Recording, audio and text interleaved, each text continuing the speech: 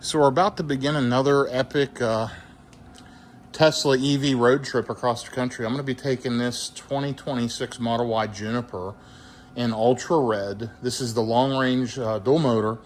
I'm going to be going about 3,000 miles round trip. This leg of the journey is kind of one way. This is from the Dallas-Fort Worth area to Roanoke, Virginia. It's the night before. I've got the car plugged in. It'll juice up after 8 p.m. tonight when my cost per kilowatt hour drops to about 8 cents a kilowatt hour. It'll charge up to 90%. And then in the morning before we leave around 7 a.m., I will top this car up to about 100%. So it's 100% charged. So I'm going to be taking it. I'm getting the vehicles positioned.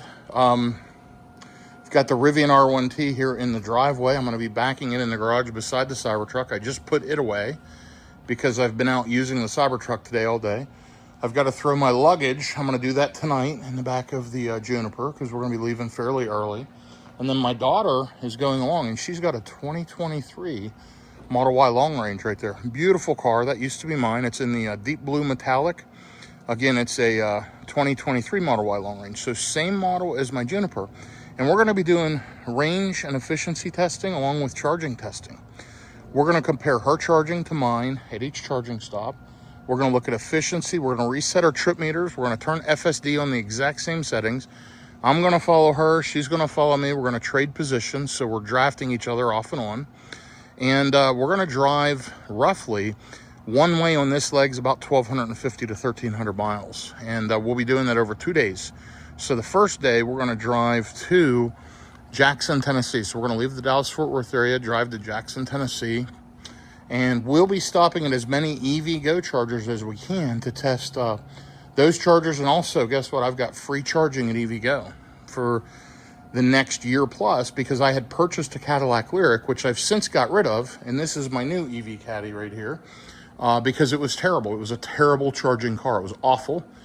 I would not recommend that to anybody road tripping. Around town, great car. Road tripping, terrible charging performance, overheating, very subpar, super long charging times, awful.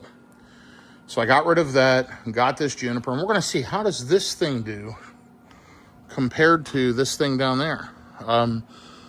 You know, I think they'll be close. I do think the Juniper's more efficient by about 10%, but we're going to see. We're going to see what her efficiency is versus mine, and that's going to be an interesting ride. So I hope you ride along. You'll see an update from me in the morning as I'm resetting the parameters in this car. We'll do the same thing in the other car, and we'll check it out. So more details to follow here very shortly.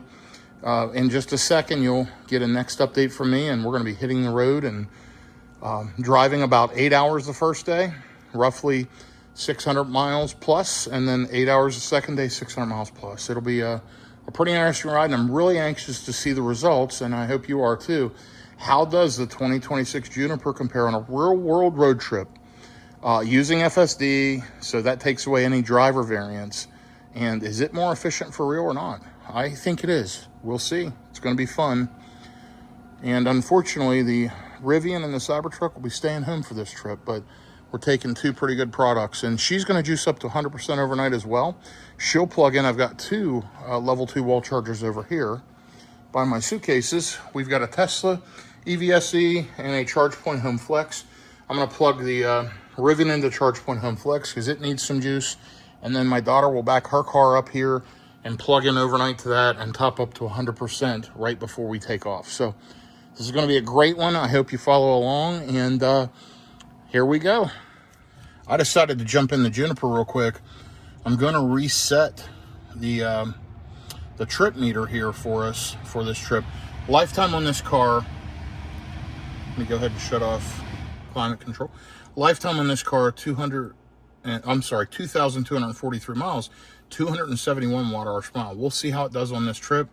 Running around local lately, 282 watt-hours per mile. My daughter used the car some and was kind of ripping on it. So it just got a software update, including supercharging live activity on the phone, some security improvements, so that's good stuff, and more security improvements, so that's great. So here's how we'll reset. We'll just touch here, and we're going to reset this where it says local. Reset. My lifetime's down there. We're never going to touch that one. And we're going to rename this to Roanoke Trip.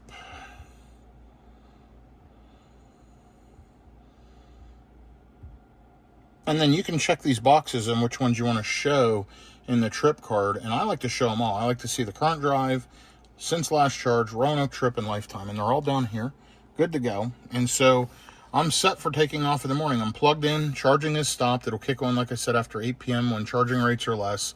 It'll top it up to 90, and then I'm going to top balance it and charge it all the way up to 100, maybe an hour or two before we leave. So we're good to go. Let's go ahead and check it for any software updates real quick.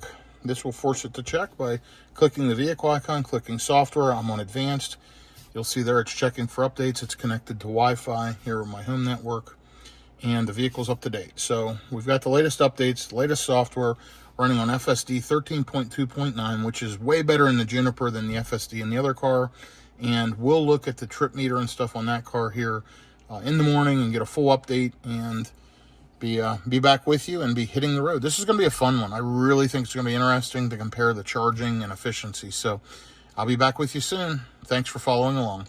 By the way, let me say this before we get into the main video. If you enjoy real-world charging content, road tripping, EVs in general, this is just real-world driving, road tripping, charging, etc.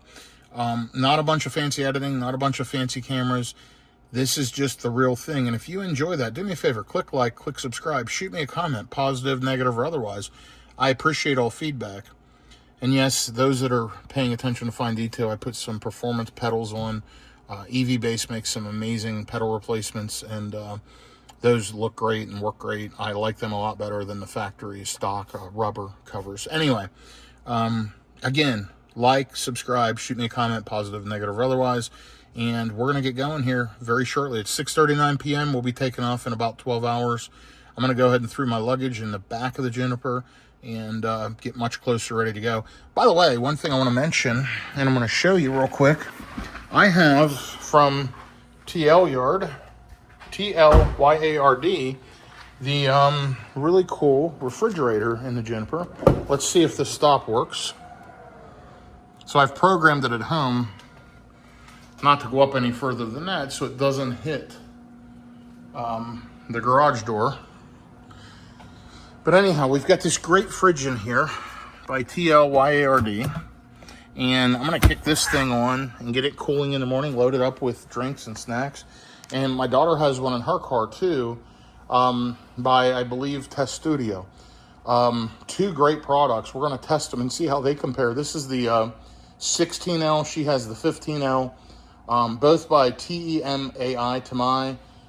Great products. And TLYard, thank you. This is a wonderful refrigerator. Let's see how it works during this trip, and we'll compare hers as well. This one has full app access. I have a Bluetooth app. While I'm in the car, I can adjust the temperature, turn it on and off. It's absolutely fantastic. We'll see how it works in her car. We got to get the Bluetooth app paired and all that, so we'll be checking that out too. This is going to be a fun one, guys. I'll be back with you soon. I did inform you incorrectly. Hers is by Test Launch, not Test Studio. Test Studio sent me some other really cool stuff that we've tested, but hers is Test Launch, TESLAUNCH. There's a link in the description of the video if you watch the video and really enjoy this product. Like, for example, I have the hand shell power front kit. You may see me use that. Any of those vendors, or if you need a referral code to buy a Tesla, Rivian, whatever, it's all in the description of my videos, so you can save some money and take advantage of that. Most vendors are 20 to 22% off of their products, and there's a coupon code in the description for this TLYard or any of their products, or Test Launch in their products. So check them out, and we'll see how they compare. I'll be back with you shortly. I've decided to make things a bit easier for in the morning. I'm going to go ahead and reset the trip meter in my daughter's car now. She may have her bags in the back, but let's take a look at her refrigerator. This is the Test Launch one I mentioned, and this is their 14L or 15L refrigerator. And honestly, it looks really good in here. I mean, it's a great looking unit. But we'll get that powered on and check it out in the morning. So I'll be back with you here momentarily. Let me get in the car and we'll reset the trip meters. Okay, here we are taking a look. Her lifetime is 288 watt-hours per mile. Now, she drives a lot more local stuff than I do, and way less highway. So her efficiency overall in her car is better than mine, just due to that reason. So let's go ahead and reset this. She has Shreveport in there as her last trip. We're going to do a reset, and we're going to rename this, and she asked me to do this, by the way. We're going to rename this Roanoke Trip.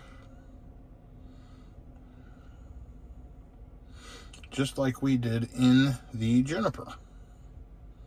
So, I think this is going to be really interesting, comparing the two cars to see how they do. Let's check her car for a software update for her. And you'll see she's running FSD as well, version 12.6.4, which is the latest version for Hardware 3 cars. She does have acceleration boost, which I'm planning on purchasing for my Model Y Juniper soon with some referral credits. So anyway, we're good to go. It's all set up, and we'll see how this goes in the morning. But yeah, it's going to be interesting. Looking forward to this epic Tesla road trip as we head up the road to Roanoke, Virginia via Jackson, Tennessee on the first night. So I'll be back with you in the morning. Follow along. This is going to be a good one. It's going to be a long video. Lots of content, lots of information, and lots of charging data. So if you're going to look forward to nerding out and seeing how these cars do it, chargers, plugging in, charging various different types of chargers, this is going to be a fun one. Okay, just getting the car ready, finishing throwing some stuff in it here this morning. It is 6:44 a.m. We're going to be hitting the road here in the next 10 or so minutes. Starting out, 2,243 miles on this Model Y Juniper. It's going to be a fun trip. Let's go under charging. And there's a switch to keep accessory power on. We're flipping that on so my refrigerator will stay running. I have it cooling down now. I'm going to throw the cold stuff in and we're going to get out of here. To communicate, old school, some walkie-talkies. We've both got cell phones, but we're going to be traveling within a mile or two of each other, and we'll just use those to radio back and forth as stuff's going on. This is like old school road tripping, lots of fun. And I've got the car in dog mode. I top charged this morning to 100%, same as when I bought the car new, 327 miles. On her car, it's showing 292 miles. So there's some degradation for sure. And she has about 45,000 miles on hers. So I'm expecting she'll have less range at each stop and a little bit less efficiency. We'll see though. We're going to start out. Hers is reset, mine's reset. This is going to be fun. Let's get on the road. By the way, I think the first stop will be this Pilot Flying J in Texarkana. It's an EVgo charger, 209 miles away. If she can't make it to that one, we may stop in Nash at a big supercharger there in Nash, Texas. So let's go ahead and get on the road. I'll be back with you here shortly. Okay, we're about to get on the road. Now, I could just engage FSD by touching the screen and backing out, but I'm going to go ahead and back the car out. My daughter's backing down the driveway now. I'm going to follow her for the first leg of the trip. And let me go ahead and close this garage door. Oh, it's going to close automatically. See, at the top here, 5 feet. Boom, garage door closing. Gotta love Tesla's integration. Anyway, let me get pulled up behind her. I'm going to flip my walkie-talkie on, and we're going to get on the road. She's showing a 20% state of charge upon arrival. And let's see what I'm showing. 20%. So we'll see what happens. I'll be back with you here shortly. So I find it very, very interesting. We're both charged to the same 100%. She's showing 292 miles rated. I'm showing 327. And we're both showing a 20% state of charge upon arrival. Now, my car's factoring that I do mostly highway. Her car's factoring that she does mostly city. I think her estimate will go down. But I think it's going to be really interesting to see, is the new Model Y actually better or worse with efficiency and with overall battery range? Yeah, this is going to be fun. Here we are just leaving the Flower Mound, Texas area. Love this Model Y Juniper in Ultra Red. And I'm very, very happy. I've got the Bluetooth app in my phone for my TL Yard refrigerator. This thing's amazing. It's the 16L TEMAI to my refrigerator. I love it. I have it packed with 7 full-size bottles of water. Then there's a little tray in there. I've got a couple of wraps, a couple of little snacks. My wife actually made me a little thing of chicken salad. It's in there, all for the road. So, I don't have to stop today and eat fast food on day one of the road trip. I can eat homemade food that's fast and way better. And I'll feel way better. So yeah, this is going to be great. On the road, you'll see this thing was plugged in preconditioning, by the way. We had climate control on, pet mode on in both cars. My daughter does have her golden doodle with her. I can kind of see it through the back window, wagging its tail and looking around. But I think it's going to be a great trip. I'm excited. First stop, we both agreed we're going to go to this Pilot Flying J EV Go in Texarkana, Texas. And let's see how it goes, and I will keep you updated. This is going to be a long video. Hopefully it'll be enjoyable, and hopefully you enjoy this kind of real-world charging and road tripping content as I travel across the country in the Model Y Juniper, doing a direct comparison to the 2023 Model Y Long Range. And this Juniper that I'm driving is also a long range. So these are identical specs, both running factory OEM wheels and tires. She does have different wheel covers on, but they're nearly identical to the Aero wheels. In testing, they're within 1 to 2% of the Aero, either better or worse, depending on condition. So that has no effect. But she's running stock OEM tires. She just had a fresh set put on less than 10,000 miles ago in her car, and my tires are less than 10,000, actually less than 5,000 miles. So this is a perfect comparison. I am going to double check our tire pressures. I know where mine are, and we can just swipe here to see. I'm rated to factory recommended 42 PSI. I'm going to check hers, and I've got my portable air compressor in the car, and she has one too, so we can make sure all of our tires are inflated here properly at the first stop. I just didn't have time to do that between last night and this morning. So much to do. This is early, well, mid-June now. It is Father's Day in June 2025 as we travel across the country. Beautiful weather predicted today, 80 degrees out, and hopefully we won't see a bunch of rain or inclement weather as we drive. But yeah, follow along. We have both agreed we're going to kick FSD on once we actually hit the highway, and we're going to run FSD on all highways, and on side streets we'll follow each other. That way she's going to lead this leg and I'm going to lead the next leg. That way, throughout the course of this 1,200 plus mile trip, we get fair efficiency. Like, you know, I'm not drafting her, she's not drafting me the whole time. We're drafting each other or following each other accordingly. So yeah, gonna be great. Looking forward to it. I'll be back with you here in a bit. So I've just got to take a second and comment. This thing is so smooth, so quiet, so comfortable. It's an incredible vehicle. I've been driving my Cybertruck and the Rivian around for about the last week. I haven't driven this much. And jumping back in this Model Y, I really feel like if you had to pick one car overall to own, this would probably be the car. You know, the Rivian's amazing, but it rides a little rougher, a little noisier. The Cybertruck's great, but it's bigger, harder to park, harder, you know. The turning radius, the Cybertruck is unreal, and I love it as a second vehicle. But this Model Y is so efficient, so practical, so much space, so comfortable for passengers. I would recommend the Model Y Juniper. You know, and here I am with a Cybertruck that costs nearly double, with a Rivian that did cost double. You know, we got the Rivian quad motor, Gen 1, incredible vehicle. Love it. My wife would never give it up for even this car. But I think I would pick this overall if I had to have just one car to run around in day to day. And I think that's the reason this car sells so well. It's phenomenal. Quiet, the fit and finish is incredible. I've got no issues with it. Let's hope that continues. This is by far the best built Tesla I've ever owned.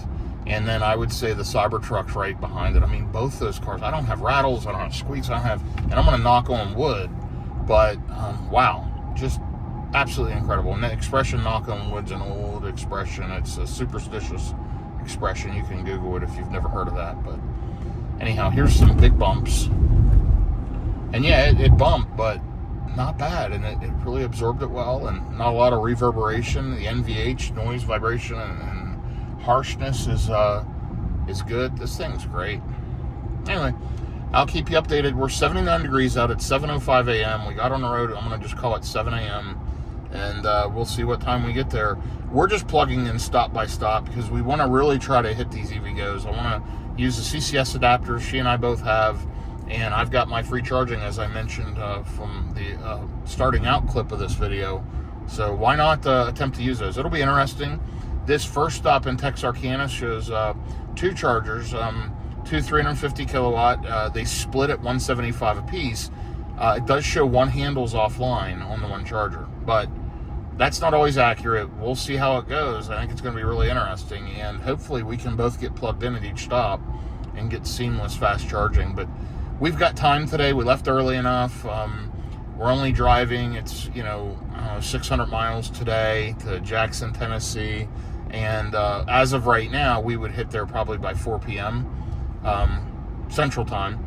Even if we add an hour of just kind of messing around and taking our time and using these EVgo chargers versus Tesla, it's not the end of the world. We'll be fine.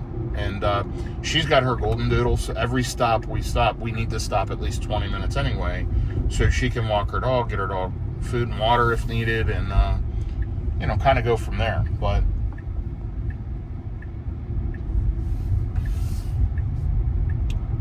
I am going to be jumping on the interstate in just a second and engaging FSD, so I'm going to look forward to this. Okay, follow along for this road tripping adventure. So we both have the same settings. Of course, she's running a different version of FSD, but we have a 10% max speed offset. Her car will not stay up to speed. It keeps dropping speed. That's one of the complaints on FSD. In the past, FSD, whatever speed you set it at was the speed the car would go. 2 miles an hour over 5 miles an hour, the speed limit, whatever. She's been setting hers at 75, and it would slow down to 62, 63, ridiculous. She first had it in the chill profile, then she moved it to standard, and then she moved it to the aggressive setting, and now she has it in the aggressive. She's on the left, coming up behind me here. You can kind of see her in that rear view mirror. Let's take a look. She's right here coming up. Let's see. I told her, set it at 75, keep it in aggressive, get past me, and then let me try to follow you. My version of FSD seems to work way better than hers. There she goes past me. So let's go ahead and bump mine up now to 75. I have FSD on hurry mode at 78 max. There you go. She's in hurry mode at 78 max. You heard that on the walkie-talkie. And we'll see if mine will keep up and ride with her. Now, I'm going to press the accelerator just a touch to get it, jumping up to speed. And there we go. So, her car was going to shift lanes, and then it decided not to. Now, I'm going to slow mine down a little bit. I have mine set at 75. Hers just does not seem to drive as aggressively, even in aggressive mode. She's on that older version of FSD, and it just is not great. So we'll see what happens. We're going to follow each other. We're going to try to keep FSD engaged. If we can't, we'll both have to drive manually. But let's see what happens here over the next couple hours. So she's showing 23% state of charge upon arrival. I'm showing 26. We've got about 2 hours and 40 minutes left. So the first stop is about 205 miles from when we left. And it's going to be interesting as we ride along here. We're on the President George Bush Turnpike. It's a toll road headed down to connect to 30 East. So it's Sunday morning. It's early, 7:19. We'll beat all the traffic and get out of town. It's best to get through Dallas before we hit Dallas traffic. And honestly, this early on a Sunday, there wouldn't be that much anyway. But that is it. We are riding along. So we've talked, and I'm going to go ahead and lead this leg. She's really struggling with FSD on the version she's running. It just keeps slowing down, changing all the way to the far right lane. It's just not doing well. Of course, FSD in the Juniper's absolutely spectacular, doing what it needs to do. So I'm very, very happy with that. So she's following me. So if I pull up my cameras, whoops, there she is in that rear view camera. And by the way, there's the front camera on the Juniper. There's the back camera. Pretty cool. If you enjoy this content and you're going to buy a Tesla, do me a favor and use my referral code that's in the description of the video. Unless you have one from a friend or family member or coworker or whatever, use that, of course. But if you need one, use mine. It's actually my daughter's right now, and trying to help her get a few referrals to help her with charging speeds and various things, or not charging speeds, charging costs and various things. I have my little walkie-talkie on the seat, and the sensor picked it up, so I moved it right here. Anyway, it helps her with FSD. You know, she was able to buy FSD with a referral, and any supercharging now. She has the referral money set up to help pay for her supercharging. But she's only gotten one into her account, and yeah, anybody that's buying one, if you're not going to use a friend, family member, whatever, feel free to use mine in the description. Anyway, still showing 26% state of charge upon arrival. The efficiency on the Roanoke trip, 270 watt-hours per mile. Again, right about the lifetime average. I'm going uphill, so it's going to become less efficient. It's going to be a higher number down there now. But been driving 32 minutes so far. A little bit eventful trying to figure this FSD thing out, but she's just going to go ahead and follow me, and we're going to ride along. So I will be back with you momentarily. So something strange happened. I used the EVgo app. I found the charger. I picked up the address, and Apple Maps sent it to the car, and it was sending me up into the middle of Arkansas to the wrong stop.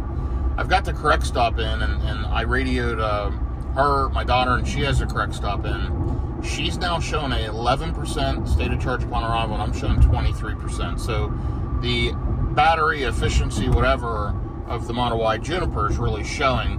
Unfortunately, I got kicked out of FSD. I'm in FSD jail for this leg of the trip because I was adjusting the nav, and it said FSD, a big red steering wheel come up on the screen, and basically said I've been locked out now for this leg of the trip, and I don't want to just stop because she's got her dog. If I stop to reset FSD, it'll take 15-20 minutes because then we'll have to walk the dog and all that. So I'm just going to drive. It is dreary out. It looks like we may hit some weather. 81 degrees. But yeah, we're headed to the correct stop. Going to get there around 10 a.m., just a couple hours away. But yeah, unfortunately, I'm in FSD jail, and we were headed to the wrong charger. It's kind of crazy. I'm glad I caught it. What had me catch it was I was looking. It was getting me off 60 miles before the charger, and I know that this charger is right off of the interstate. So I knew something was wrong because this charger's right off 30. I've charged here quite a few times. So anyway, yeah, some weird glitch with the EVgo app and with Apple Maps, and it was just putting us to some different Flying J that does not have charging in the middle of nowhere. So I'm glad I caught it, and you'll see now it's half a mile off the exit as expected. And we're just going to ride along, do some manual driving. She's following me for this leg. She's also manually driving, so that way we're just holding the throttles and locking in a speed. That way neither of us is gaining efficiency over the other. But as of right now, it looks like, as predicted, I'm going to see better potential efficiency and better overall range in the Juniper by the tune of about 10%. So we'll see. But I'm at 269 watt-hours per mile currently, and we are about an hour into the trip. I'll be back with you here in a little bit. Interestingly, she is showing an 8% state of charge upon arrival. I'm showing 20%, so we're at about a 12% difference here. Of course, she's got some battery degradation, and I think this is just slightly bigger battery, so I don't know that the efficiency is that much different. I'm waiting till we get to the stop to do a comparison, but I'm running just under 270 watt-hours per mile, which I think is very, very good when you're running at highway speeds. And these are rough road conditions. You can probably hear that construction. I think that's why the efficiency is not even better than it is now, and why the state of charge upon arrivals dropped from 23 to 20. I think it has a lot to do with these roadways not being smooth. So rough road surfaces will definitely affect your range and your efficiency. So yeah, it's going to be interesting when we get to this first stop to do a comparison and see how we make out, and hopefully we'll be able to make it to that stop. I told her if she continues to drop, we may have to stop sooner and do a little top-up somewhere. So we'll see. More details to follow. Well, as it goes with road trips, things change. We're going to stop with 60% on the battery. We couldn't even make it 3 hours. We need to take a bio break, all three of us, myself, my daughter, and her golden doodle, Ella. So, yeah, we've only driven an hour and 15 minutes. We'll be there in about 20 minutes. About an hour and a half of driving, and it was time to stop. So the car had way more range than we did, which is okay. But I went ahead and looked when we decided we needed to stop in the next 30 minutes. I looked and found another EVgo charger that's right here, Sulphur Springs. It's a newer one. Actually a good spot because there hadn't been a good Tesla supercharger right along there. Although some new ones have opened up. But anyway, there's one in Sulphur Springs, but it's a V2, and you have to drive 6-8 miles off the interstate. I've used that one over the years, and I'm glad I can bypass it now. Anyway, we're going to stop there, get plugged in. We need to test her CCS charging anyway. She's never CCS charged, so that's going to be interesting. But yeah, be stopping in 19 minutes. That's a good thing. My FSD will get reset too, which is not a bad thing. And I can stretch my legs for a minute, and we'll get back on the road. So, like I said earlier, we're in no massive rush, and just decided to make a quick early stop for a bio break and stretch our legs. So I will be back with you here momentarily. Okay, so I'm driving manually. My daughter's using FSD. She's more efficient. She's following me. She's been drafting me some. She's running at 290 watt-hours per mile, so about 15 more watt-hours per mile. And she's arriving with 53 or 52% on the battery, and I'm arriving with 60%. So right now we're seeing what is that? About 6% more efficient in the new Model Y. But I'm not running FSD. So when I run FSD, it'll be even more efficient. So we'll see how the next leg is. Again, I'm thinking 8 to 10% real world if we're driving the same way. So once we stop here at this stop, take our bio break, we'll be juiced up a little bit, and then I'm going to kick FSD on and we'll do the next leg and we'll check it. But right now we're seeing about a 6% difference between the Juniper and the 2023 long range. Again, very similar spec. Checked her tire pressures and mine. We're both up to proper recommended tire pressures. So yeah, this is going to be interesting. But as expected, the Juniper is more efficient. Not life-changing, but hey, 6-8% helps. And we'll see here after this charging stop. It'll be interesting to see.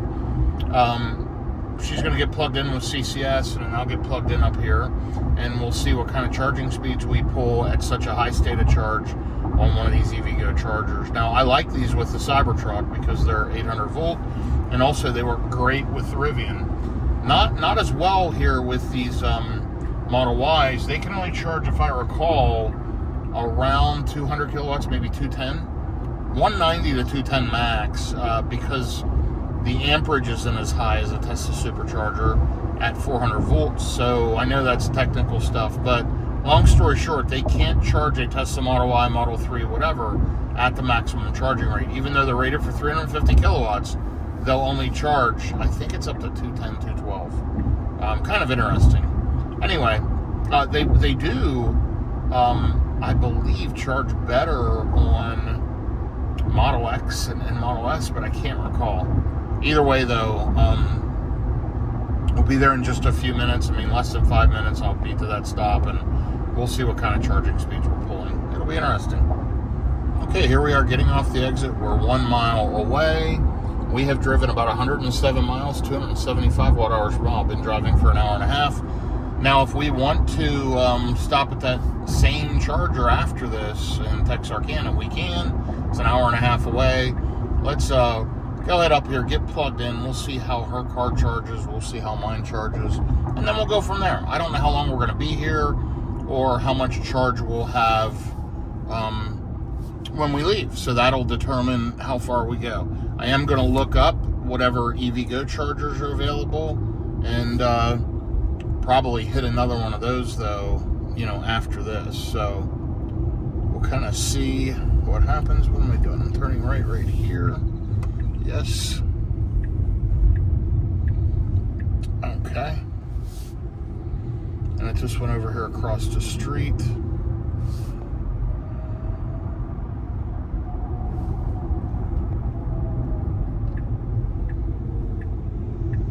And over there's the EVgo chargers, right along the side.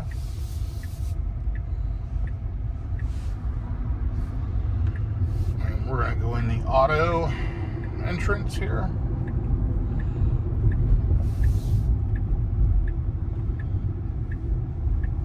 And they are right over here, as you can see. So I'm going to back into this one. Allow her to back into the one by the grass, so she has that for her dog. And let's get charging.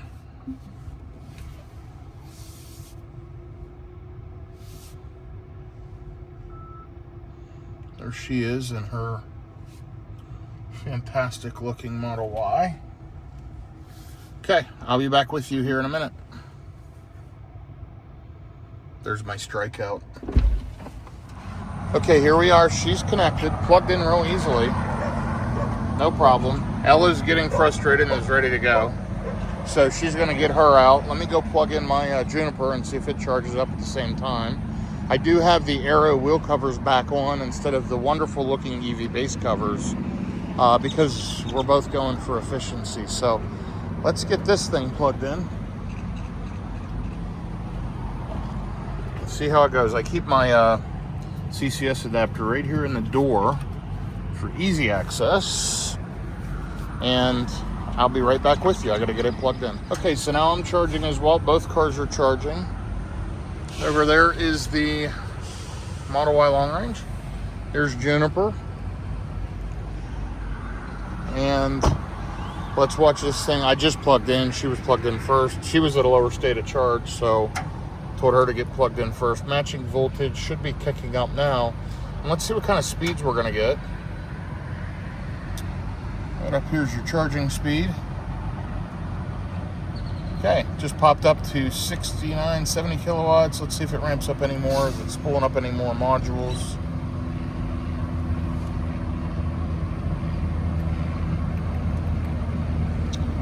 $74 kilowatts. Looks like it's holding around there. Let's go check hers.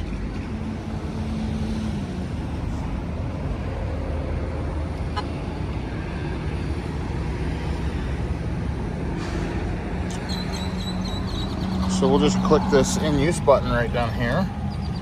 And okay, so she's pulling 104 kilowatts. She's at a lower state of charge. She's already put in 3 kilowatts of energy and counting at roughly 2 minutes. So pretty good. And she's at 57%. So let's see where we're at on this one. This is a nice stop, by the way. You can see Pilot truck stop with an Arby's, 24-hour access, restrooms right off the interstate. It's absolutely fantastic.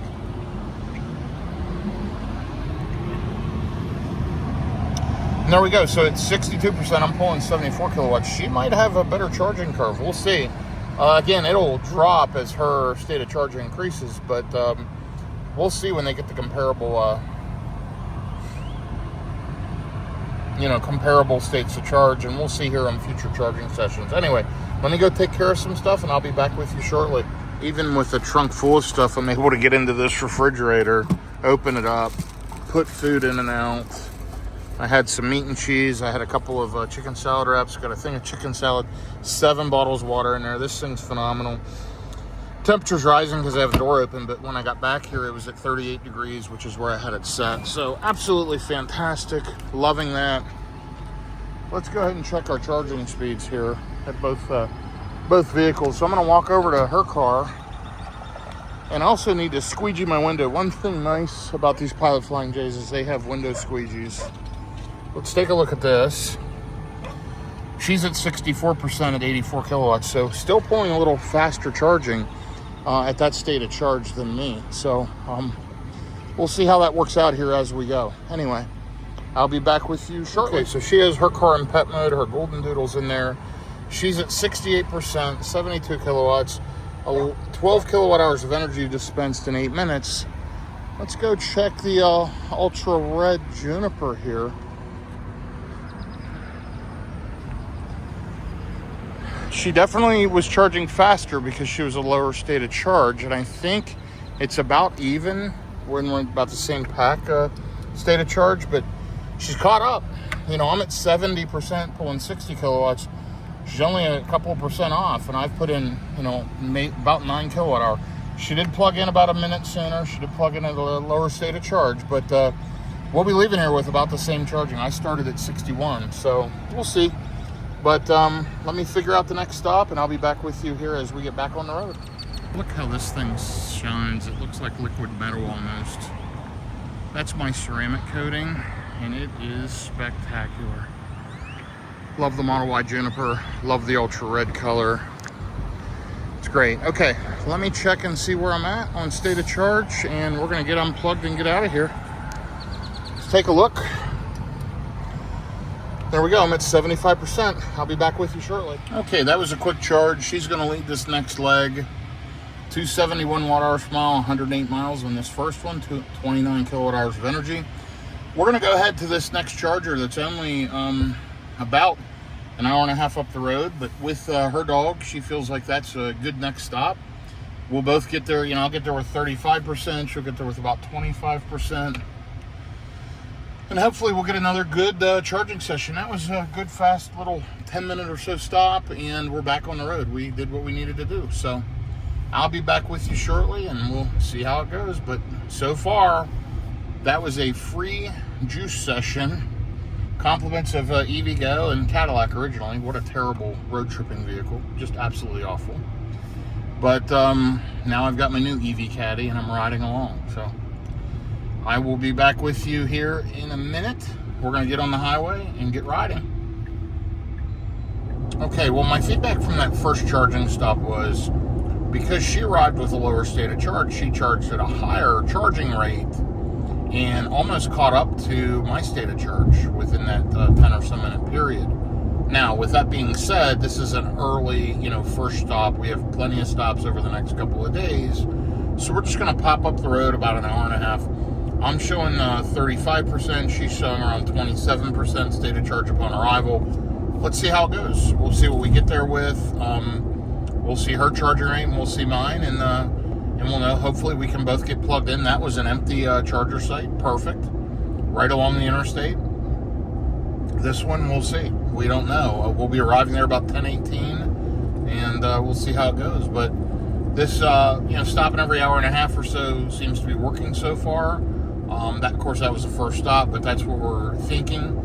And so I'm 120 miles into this trip so far, going to Roanoke, Virginia, 274 watt-hours per mile. As I mentioned earlier, we're headed to Jackson, Tennessee for tonight, and that's roughly 600 miles. So we're going to chip away at it. We've got 95 miles to go. So after this stop, we'll be 200 miles, or about a third of the way into the trip. I think we'll hit the hotel 4 to 5 p.m. today, I would estimate, with stops. And let's see how it goes. But not as good of efficiency here on this last leg here following her. You'll see on the current drive down there on the bottom left, 296 watt-hours per mile. That's because the battery just came off of fast charging. The HVAC system has to cool everything back down, so that takes a bit. But let's give it a few minutes and see what it looks like, and I'll be back with you. Okay, so efficiency is getting back to where it needs to be. It's around 283 watt-hours per mile, getting back closer to that 274 watt-hours per mile that we have overall. Been driving close to 140 miles, making great progress, a little over an hour out from the next stop, and honestly, I kind of like this hour and a half stopping. I'm kind of tired. It's been a long week. I've been so busy. Lots of road trips lately, back and forth to Corpus Christi, back and forth to Tulsa, and now I'm headed to Virginia. And so this will keep me fresh. We'll still hit the hotel by 4 or 5, and haven't even looked at what the next charger will be after this, but we'll figure it out. We'll get there, plug in, do the same thing. If there's squeegees, clean the windshields off, use the restroom, and take off again. I'll probably grab a cold water out of the fridge. I've got one in the door of the car there, but it's warming up, so I'm going to stick it in the fridge and get a cold one out when we stop, and should be good then for another couple hours. So, yeah, love that fridge, by the way. TL Yard, that's a great product. I love the Bluetooth app. The one in the other car just does not have a Bluetooth app. It's an older version, that 15L unit, and it's a great unit. It works fine. You just have to set it manually and then leave it on. But I really like the Bluetooth app on mine. Just a little bit better. And that's Test Launch that provided that product. But on their website, when you look at the fridge unit, it's a different fridge pictured. I think they shipped an older version to me. inadvertently. But if the one that's in their website on Test Launch is what's pictured, then it would be a good unit because it is Bluetooth. This one they sent is not. But either way, we're going to go ahead and get to this next stop here in an hour, and I'll update you as we're getting to that exit. Okay, so we are 40 minutes out, about 44 miles. We have driven 63 miles on this leg, 279 watt-hours per mile. You'll see it's almost matched up with the previous leg, or the overall. It will be a little less efficient on this leg than the last one because there's no city driving. I mean, this is all highway, 80-ish miles an hour as we ride along, allegedly. Anyway, we're 171 miles into the trip today. Like I said earlier, until we get to the stop, we'll be a little over a third of the way through for the day, which is great because we're going to get there a little after 10:18 a.m. And so by noon, we should be a little over halfway into the trip, which is great. I'm glad we left when we did. It's always good to get on the road early, and then you can get in at a reasonable time and decompress from a long day of driving. So another 600-mile day in a Tesla driving across the country. She is showing almost exactly 10% less than me. We just talked a second ago, and she's showing 26% state of charge upon arrival, and I'm at 36%. And I'm following her. She is running FSD. I am manually driving because FSD has speed fluctuations. But I'm staying about the same distance from her the whole way, not pressing the throttle easier or harder, just really modulating the throttle and riding along. So it is interesting that this car is more efficient. Again, she's showing in the 290s watt-hours per mile. Actually, I think she said 296 or something, and I'm at 274. So it's about that 8% difference. But let's see what these charging speeds are. She's going to get the advantage on the initial curve. But I think when we're at the same state of charge, they're about the same. I'd really like to compare these cars at an exact same state of charge and do a charging curve test. So I may get to do that throughout this trip, but we'll see. Let's see how this next charger is. Let's hope we can both get plugged in simultaneously and get some juice. So I'll be back with you here in a bit. Okay, still going to arrive in about 27 minutes now with about 36%, 279 watt-hours per mile. And let's take a look. The reason why it's saying 63, I removed all charging stops, and it says we'll get to the next Pilot Flying J after this one in Benton, Arkansas, with minus 5%. So basically we're going to stop and get 10% or so on the battery, just a few minutes to be able to make it to the next one. Because we're trying to whoop along this route today. We're trying to stick mostly to the EVGos because of the charging plan I have. So why not take advantage of that? And yeah, we'll see how it goes here. But she's still showing 26% state of charge upon arrival to this one here in Texarkana, and so am I. Been driving an hour, about 79 miles, 278 watt-hours per mile. So all in all, doing well. It has not rained, which is good. I think we're just staying ahead of it. I have a feeling we'll be in rain tomorrow, based on the fact that the rain's behind us and chasing us. But yeah, 82 degrees out, 9:50 a.m. Looking forward to getting to this next stop and stretching my legs. And honestly, stopping every hour and a half to 2 hours is about ideal for me now at this point in my life. And when I was younger, I would drive 400, 500 miles without stopping. Nowadays, I need to stop every 150 miles or so anyway. So this is working pretty well. And as you've seen so far, the charging has not held us up at all. We didn't wait to charge.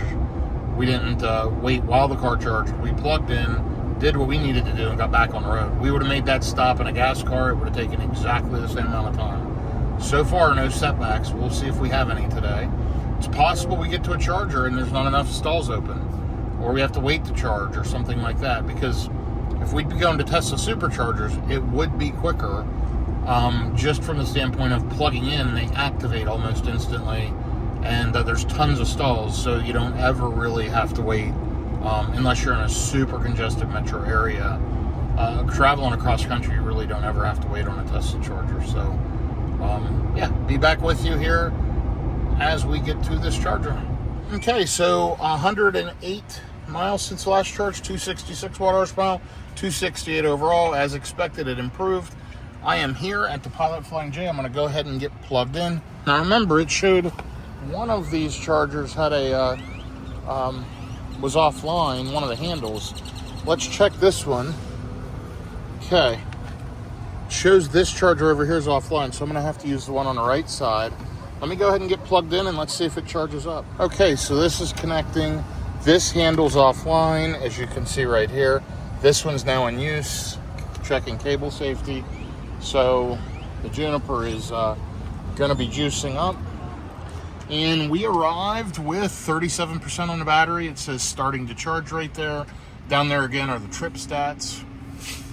I just heard connectors clicking. Let's take a look at the screen back here on the charger, and it's ramping right up. 145, 147, 150. Now remember, we're at 37%. We're gonna go check her car in a minute. So we're up to 176. Should be topping out about there. Just watch it for a second. Okay, we're about 181 kilowatts at 38%. 182. 183. It's slowly ramping up. 184. 185. Okay. So we're between 180 and 185 at 38%. Let's go check her car now. Look at this Juniper in Ultra Red. This is a great stop. It's at Denny's. A Pilot Flying J. It's a Flying J station, actually. And let's check her. She's at 28%, 29% now, pulling 192 kilowatts, dropping down now in the 180s. So we're pulling about the same charging power. But all in all, plug-in charge is working great. We're loving the EV Goes. It's been good so far, and I'll be back with you in a bit. Okay, so we've been here 9 minutes. I just used the facility. She's walking in. We could take off now, but Ella's mad. Anyway, we can take off now. She's put in about 21 kilowatt hours. She's pulling 96% at 55, or 96 kilowatts at 55%. Let's see how I'm doing. And by the way, her car was coated with ceramic as well. Look how shiny and how nice it looks, and look how this Juniper looks in Ultra Red. Man, I love the paint on this car. I think it's fantastic. So, see how we're doing on this one. We're on this plug. So I'm pulling 91 kilowatts. So we're pulling the same charging speed essentially. I'm at 63%. So yeah, I'm 10 minutes in, 21 kilowatt hours of energy. Really, we're seeing the same charging on these cars, but this car is just more efficient, kind of like what I expected. But there's the Model Y 2023 Model Y long range, looking a little dirty, but looking good. This is the Denny's Pilot, the Flying J, and over here's the wonderful Model Y Juniper, and it's just an upgrade in about every way over the previous Model Y. Same charging, which is a little disappointing because this charging is pretty much from 2020. I wish they would have improved that, but the efficiency is better, and we're seeing that. So all in all, it'll cost a little less to road trip energy-wise and get a little bit quicker because I'll get more juice in. Essentially, I have a higher state of charge each time, which is nice. But at the end of the day, on a 1,200-mile road trip, it might mean 10 minutes one day, 10 minutes the next. Nothing shattering, but yeah, these things are great. I do want to check and see if accessory power stayed on for me. I'm not sure.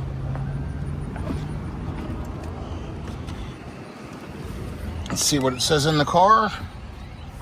It says we'll arrive to the next charger with 25%. Keeping in mind, she's going to track about 10% less than me. And let's check charging. Accessory power's on. That means my fridge is on. And okay. Good to go. I will be back with you shortly. So far, we're 215 miles into the trip. Next stop will be Benton, Arkansas. Okay, we are back on the road again. I am showing a 38% state of charge upon arrival and she is showing 26%. So, or no, 22%. So it is widening. I'm about 16% ahead now after 2 stops. So this is 8 to 10% more efficient, as is factory spec, factory tires. The new Model Y, real world road tripping, is more efficient. We're charging at the same chargers, doing the same thing, and I'm gaining ground on my state of charge. So no question, we're charging at the same speeds as well. She'll get higher kilowatt charging because she's arriving lower, but I'm still gaining on her because of the efficiency of the car. So 111 miles is the next stop, an hour and 33 minutes. We're going to jump off in Benton, Arkansas at another EV Go. So these are wonderful. I love the infrastructure that they've put in and how they're an hour and a half, 2 hours apart on all the highways. They need to just add these to every truck stop. I'm sure more will get built, but these are fantastic. And been to this one in Benton before. The last time it was derated. The time before it was derated and under construction. So fingers crossed we'll get a good charging experience here. We'll see. If not, there's a Tesla supercharger not far, and we can always hit that. There's also an Electrify America there in Little Rock that I've used many times. So plenty of other options, but we're going to go to this one and see what happens. You'll see my efficiencies improving as the HVAC system's cooling the battery back down. We're now 85 degrees. It's nice and warm out here as I'm headed into Arkansas. And we've got 110 miles left, all straight forward across the country. And it'll be interesting to see what happens. But hour and 30 minutes. I'll be back with you here in a bit. Even as we get, 10 minutes into the trip, 312 watt hours per mile, it just continues to improve. I'm showing I'm going to arrive with 37% here to the next charger. It's this EV Go in Benton. We're about 100 miles away. Another quick pop, another hour and a half, and we'll be there. I am going to plug in and check how far we are to the hotel. I'll do that in just a minute. And yeah, we'll kind of see what happens. But I'm loving riding along on FSD. My daughter's following me this leg, and unfortunately the car following has to pretty much use manual driving because FSD is just not, you can't set a fixed speed. It simply fluctuates the speed constantly. Unlike older versions where you would set a fixed speed and it would ride at that, this thing is all variable. I wish it had a set speed option. I think that would really improve it, but in the meantime, those are first world problems. And you could turn on basic autopilot and do that, but we like the FSD where the car drives me. So once again, I've got a comfortable pair of shorts on. I'm sitting here driving, the car's driving me. You'll see down here, not touching the pedals, not touching the wheel, and just riding along comfortable in my 2026 Model Y Juniper. And by the way, yes, it's a 2026. 10th digit of the VIN number tells you the model year of the vehicle. Many manufacturers are releasing 2026 vehicles right now. As a matter of fact, Honda, a lot of their models are 2026s. That's a common practice in the auto industry. This car is fantastic. I absolutely love it, and happy to have it. Just enjoying the nice, calm, quiet, peaceful ride. Now, this road's rough and very, very loud, and you're going to hear some of that road noise coming through. Imagine how much worse it is on another vehicle. And now listen, just quiet. It's fantastic. Great car. Anyway, we're about to the 2,500 mile point on the car, and yeah, we're right at 100 miles. So we're going to keep riding, and should hit there a little after 12 noon to Benton. And I'm hoping we can get full speed on those chargers, but we will see what happens. Okay, give you another quick update. So once I get to this next stop, which is 84 miles away, a little over an hour, I'll be about 220 miles from the hotel. Obviously, I would not have to stop this often, but we're traveling with a Golden Doodle. They're wanting to stop within every hour and a half to 2 hours. This is working perfectly. So far, all of my charging has been totally free, which is fantastic. And we're just enjoying that free charging as we ride up to Virginia. So far 247 miles into the trip, 270 watt hours per mile. This last leg, efficiency is already improving. I am running on FSD. I've got the speed set and just flowing with traffic, but you know, here it is changing lanes.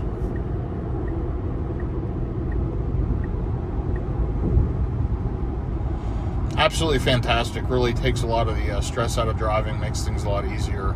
So I'm just enjoying it there. It detected my device in hand, and I'm going to ride along. We've had decent weather so far today. Let's keep our fingers crossed it remains uninterrupted with decent weather the rest of the trip. And I'll be back with you. And by the way, we're under 280 watt hours per mile now, and I'm sure that'll only improve. And this thing seems to be, and she's in the 290s, so we're about 8% right now is what we're seeing difference between her efficiency and mine. And I'll get an update on that here at the next charger. But yeah, we're widening the gap. This car is more efficient. So great job with that, Tesla. You definitely improved the aero and probably little tire and wheel things, but it's definitely better. Okay, be back shortly.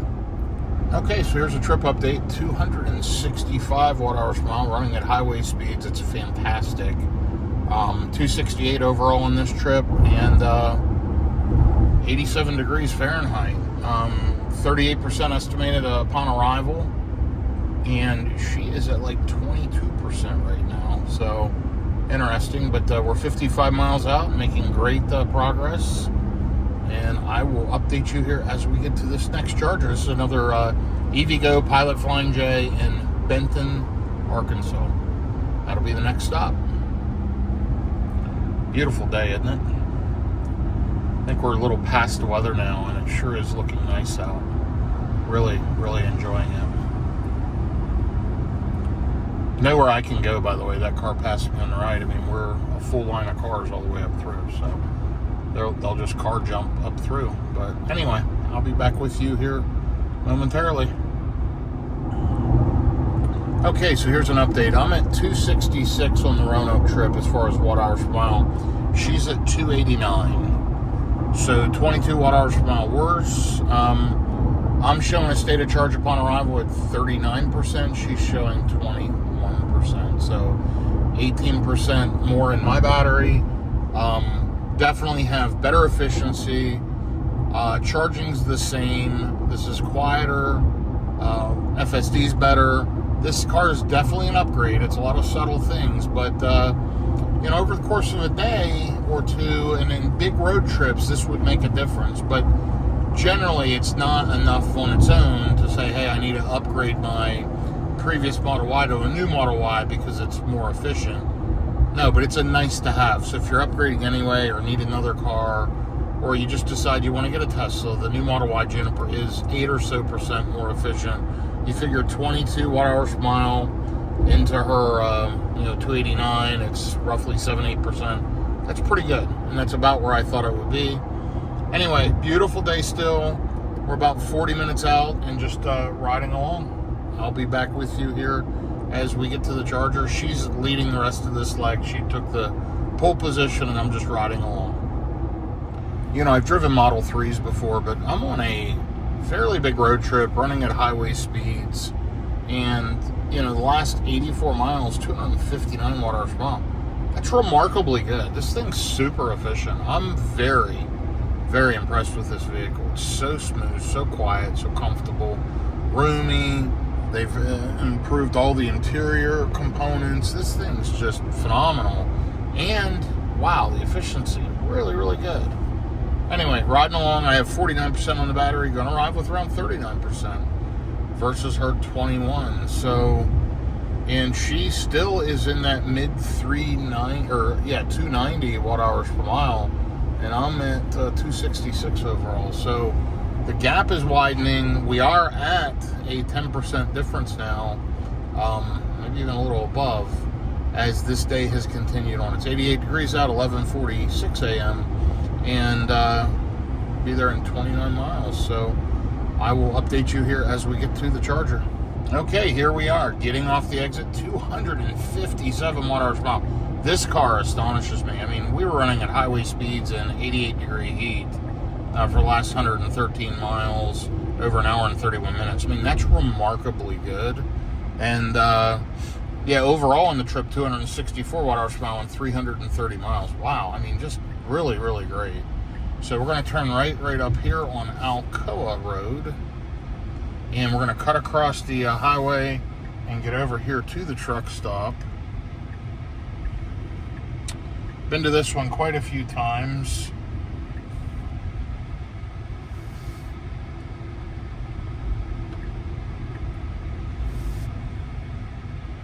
And again, if I remember, this is the one that's under construction and having some issues, but we'll see.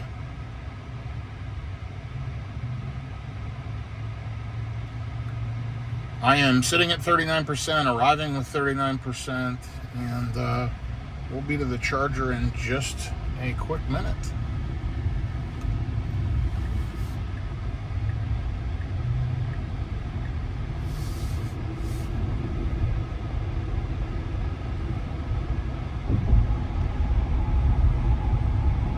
(2:10 p.m.) We made a good time. This is the one I thought it was. And we'll pull in the auto entrance here.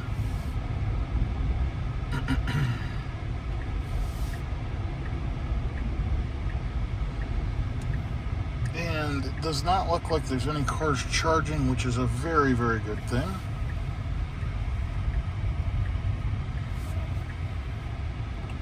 And I'm going to go all the way to the end. It looks like they've got the construction done, thank goodness.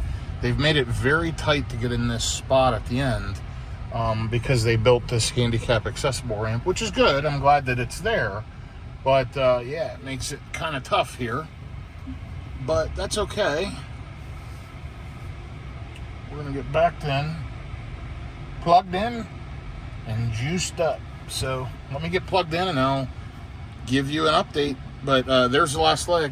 115 miles, 254 watt-hours per mile. Absolutely incredible. Great job, Tesla, and great job, Model Y Juniper. Okay, we've plugged in just, 15 seconds ago or so, and here we are charging. Wow, it's popping right up. This charger was not derated last time I was here. That one over there was derated. We'll see. But I'm at 39%, and you'll see it's spooling right up here. Right up to 170 kilowatts. And here's this Huber-Schuber cables. So you see the green flashing light, meaning we're charging properly. And I like to check for the first minute and see how it does. We're at 40% now. It's already put a percent in, and we're up to 179 kilowatts, and now it's starting to derate. So we're around 175 at 40%. Let me go check the other car. Hi, Ella. There's Ella. And we're going around. She is at 27%, and I could see right there pulling 205 kilowatts. So really, really good, but it's already derating. But this one's now pulling full speed. Last time I was here, these chargers were derated. Might have been due to the construction, but they're running full speed now. I did report it in the app. These are also Huber-Schuber cables. And I reported it in the EVgo app, and it looks like they've gotten it fixed. So good job, EVgo. Good job, Tesla. We're getting a good charging session here on both cars. Yes, perfect. Good news. Okay, here are the EVgo chargers. Both Teslas here plugged in and charging. Ripping along. Let's check charging speeds. And let's see how we're doing. Okay, we'll check the 2023 Model Y first. We'll check the state of charge, as well as the charging rate. 106 at 49%. Been here 7 minutes. And let's walk around to the Juniper. So it was 105 and 49% as I was walking away. Let's check the Juniper. It's 97 at 59. So they charge about the same rate.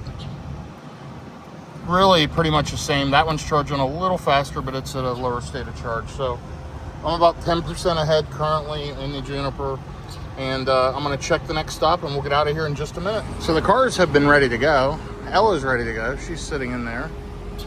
And let's see.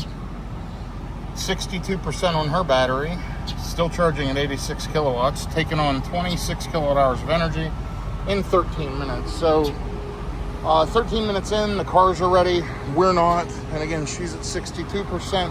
Let me see where I'm at. We both plugged in at about the same time. It is hot out here, and I am at 70%. So she's slightly catching up to me because she's charging faster at a lower state of charge. But anyway, we'll get out of here in the next couple of minutes, just waiting on my daughter to use the facilities, and we'll take off because I've got the TL yard refrigerator. I've got cold drinks and snacks. She's got the Tesla lunch refrigerator. She's got cold drinks and snacks, so we haven't had to buy anything, and all of our charging today has been free.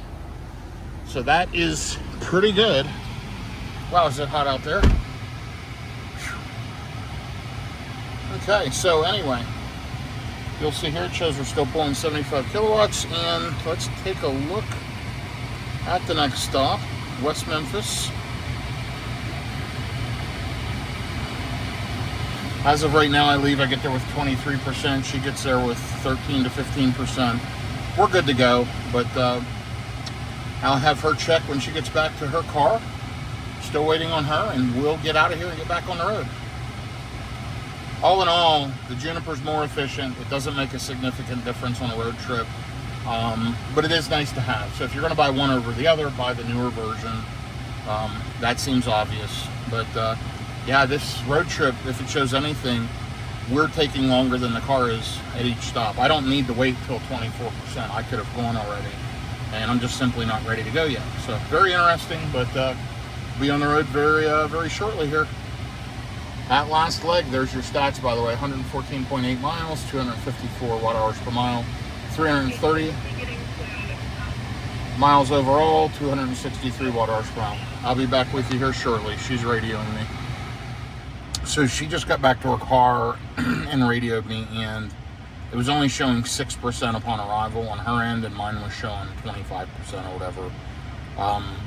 We're going to wait until she has 12-13% buffer, and we're going to go ahead and take off.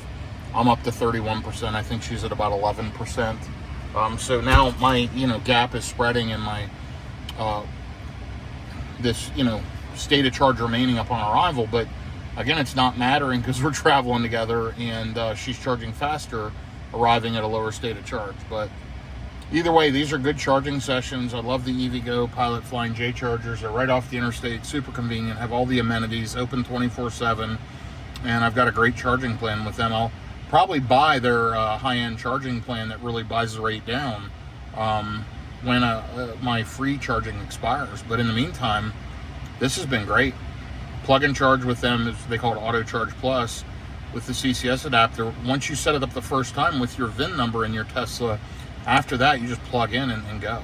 And I love it on the Cybertruck because I can get 350 kilowatts on the Cybertruck with these, and I can only get up to 325 at certain Tesla chargers, and for most part I get 250. So they're faster, they're free for me, it's a great deal. But I'm already up to 80%. I'm sure we're going to get out of here in just a minute. I'm only charging at 54 kilowatts.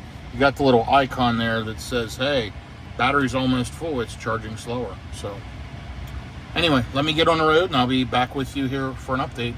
Next stop will be in West Memphis, Arkansas, at another EVgo. It's 149 miles away. At that point, we will not be far. I think maybe an hour to an hour and a half tops from the final destination for the day. So that's good. Be back with you here momentarily. Okay, here's a trip update. Just riding along, relaxing. My daughter's behind me, driving along as well. Don't have FSD on right now. Driving through Little Rock, Arkansas. The Walmart chargers up here, the Tesla's chargers up here. All of that stuff is up ahead.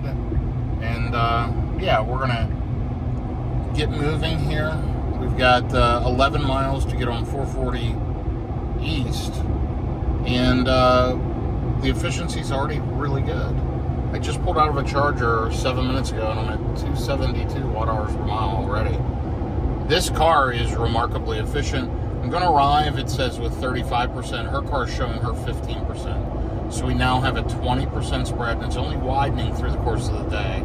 I would estimate this car is 10 to 20 minutes faster over the course of a 600-mile road trip. So, hey, it means something, but it's not that huge of a deal. It's not worth switching out cars. If you've already got a Model Y, I wouldn't upgrade to the Juniper just for that. But either way, having a good day, beautiful out, super hot, 91 degrees, and it's looks like it's 12:45 now. We're going to arrive to this West Memphis, Tennessee charger. It's an EVgo with about 35% on the battery. So just one more EVgo. We'll check it out here as we get going, and we're just riding along. Anyway, thanks for following along. I do appreciate it. And like I mentioned earlier, shoot me a comment, positive, negative, or otherwise. I love feedback. Again, no fancy editing, no fancy gear, no fancy overlays, no fancy music. This is just real world road tripping, and this is how the cars work. So if you enjoy this type of real world stuff, follow along. If not, don't. It's okay. But I hope you enjoy it if you're watching it. So I'll be back with you momentarily. Here's a live update. My daughter's going to get there with 17%, and she is at 284. So 24 watt-hours per mile higher, which is, about 9%? So, yeah, kind of right in that range we thought it would be. 8 to 10% more efficient in the Model Y Juniper. And, arriving with 17% says a lot. I mean, I'm 17% higher state of charge upon arrival.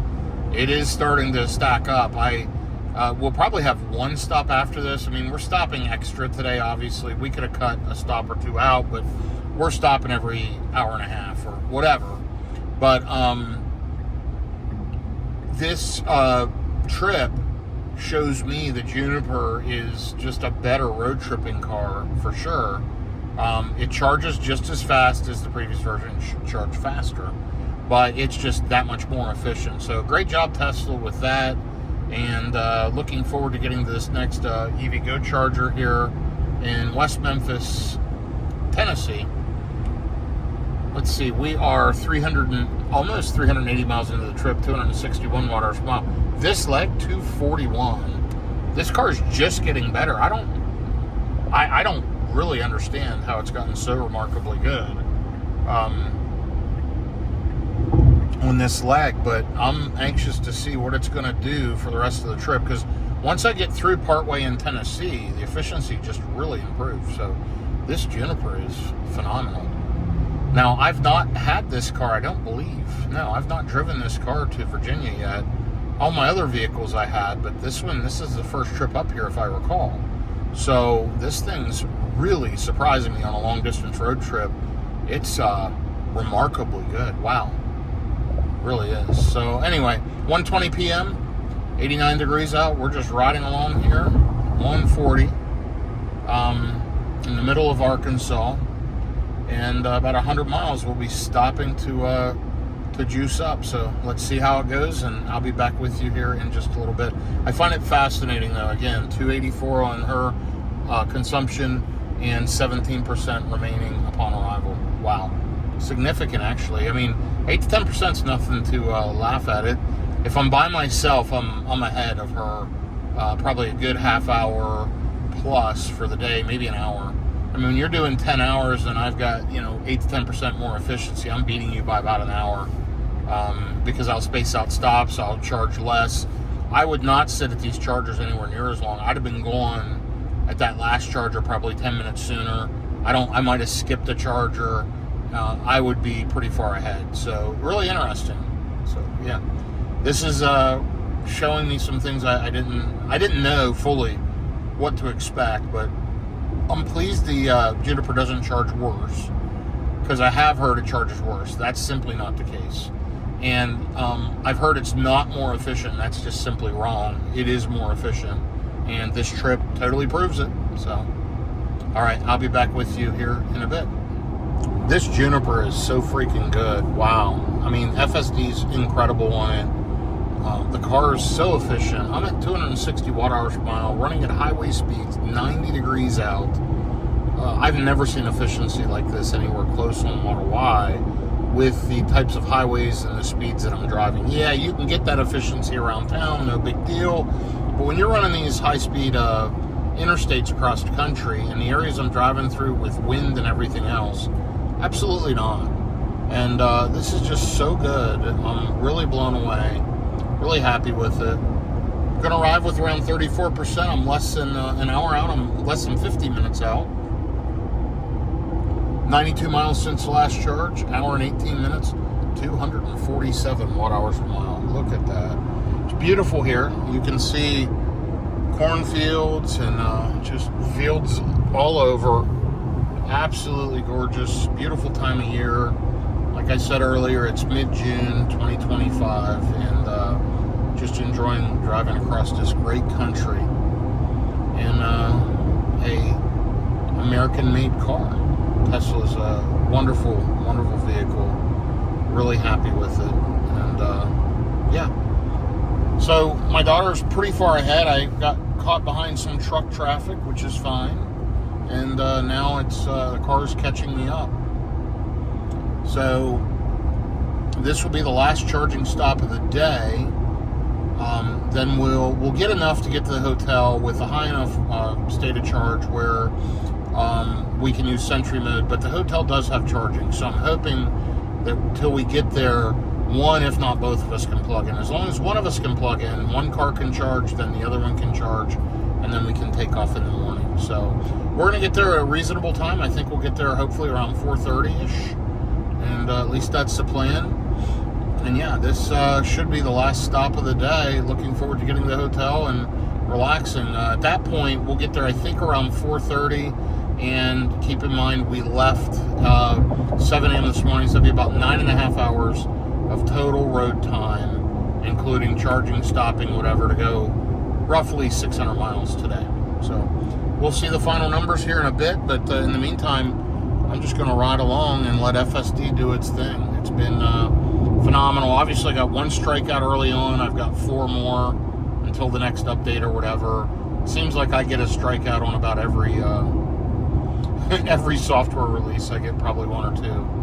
I have not been locked out, thank goodness, and I don't want to be.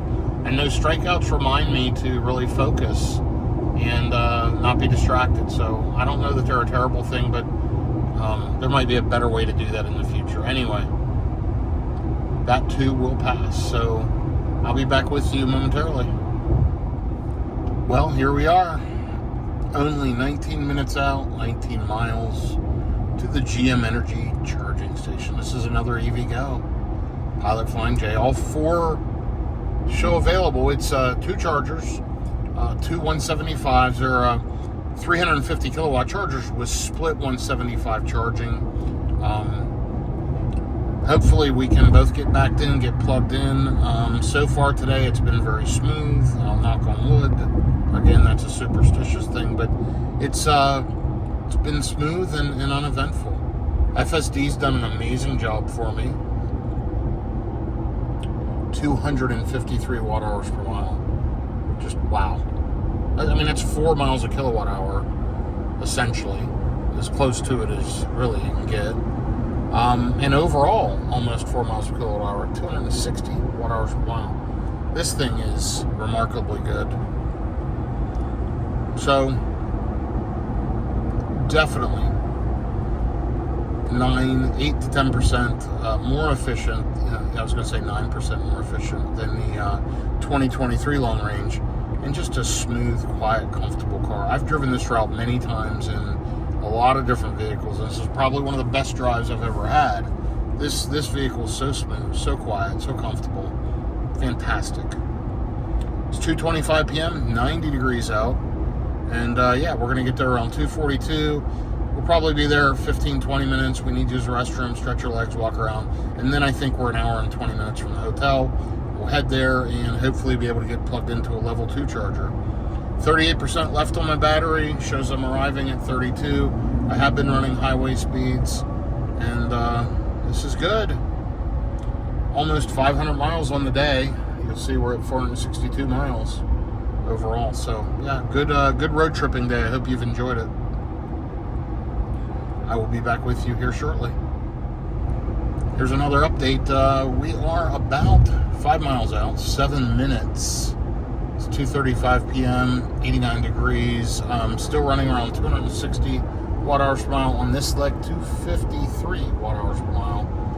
144 miles in a little less than 2 hours. So this has been, I think, probably the longest leg of the day, which is a little bit sad. Meaning we could have done more. Let me go ahead and shut FSD off. I want to drive. My daughter's behind me, but the speed limit has changed and she's lagging back, so I'm going to go ahead and slow down here.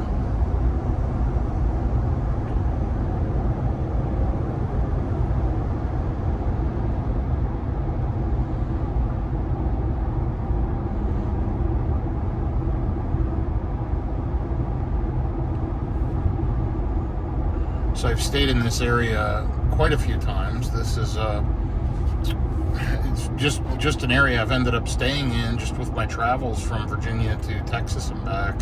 I've stayed all along here, Little Rock, West Memphis, etc. But again, this is one of the most enjoyable drives. I love this thing as a road tripper. It's absolutely impressive. The car would not hold me up by myself really at all. I could just splash and dash quickly in this thing and be very, very impressed with it. So it's phenomenally good.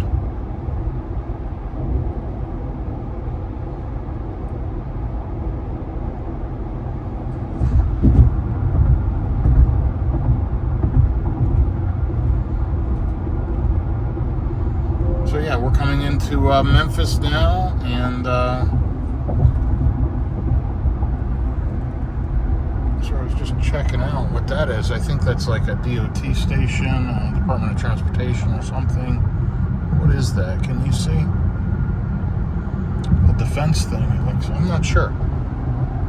Oh, it's a church. Wow, that's interesting. I missed that. Anyway, we're preconditioning for fast charging, which is great. So I love that it preconditions for third-party chargers now. And 33% estimated state of charge upon arrival. That's where I'm sitting right now. So it's saying I'm not going to burn up any more juice. And we'll just see how it goes, won't we? We're going to bear left up here to stay on 40 East and then get off this Dr. Martin road. And if I remember right, I can turn right away instead of looping around the back of the building, save myself a little time. I've stayed over here at this True by Hilton quite a few times. The Southland Casino's over there. I've never been there, but I've stayed there quite a few times. If it would be on the same side of the road, I'd probably have walked into that casino and checked it out. But anyway, nonetheless, let's just follow along for the next couple of minutes until we get to the charger and see what this looks like. If I remember, the roads can be pretty rough through here, really big potholes. And but the chargers are nice canopy chargers, I think. I remember this one being a pretty good stop. So we'll see. But we will check it out in just a minute for sure. Nice Lexus LX 600. Or LX 500, sorry. Okay, now we're going to want to pop in the right lane.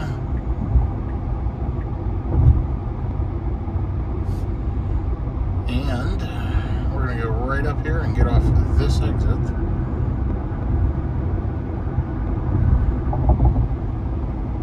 And right down there's the chargers. You can see them. The GM Energy chargers.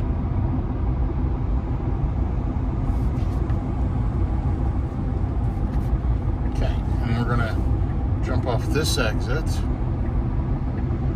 And if I can make this first right, that's the best thing to do instead of going down to the second right. So that's what we're going to attempt to do here.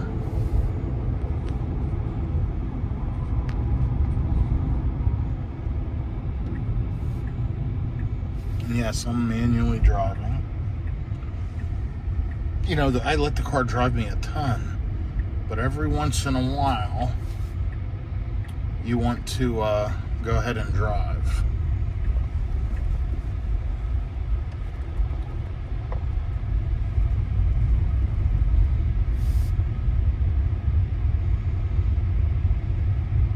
And I don't know if you saw, but there's massive potholes there on the roadway. Sorry if that was a little bit crooked. I'm paying attention to a bunch of different things here.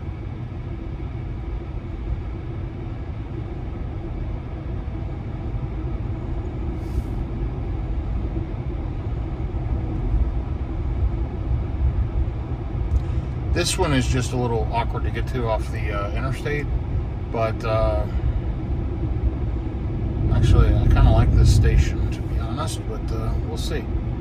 Let's go ahead and get plugged in and get juiced up. Oh, that's right, these are pull-through. No, they're backing. We've got one car backed in. I don't know what that is, but we're going to see.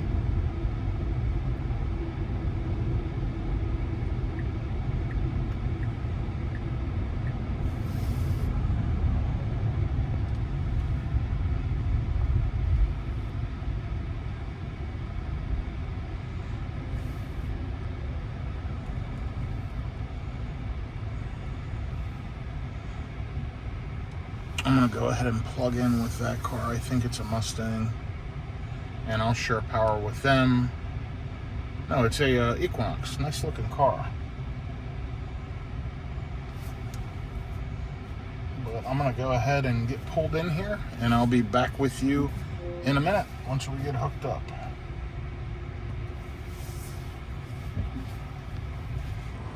Okay. I am plugged in. Don't you love the paint on this Juniper? Wow, spectacular. Anyway, it's connecting with the vehicle. Getting ready to juice up here.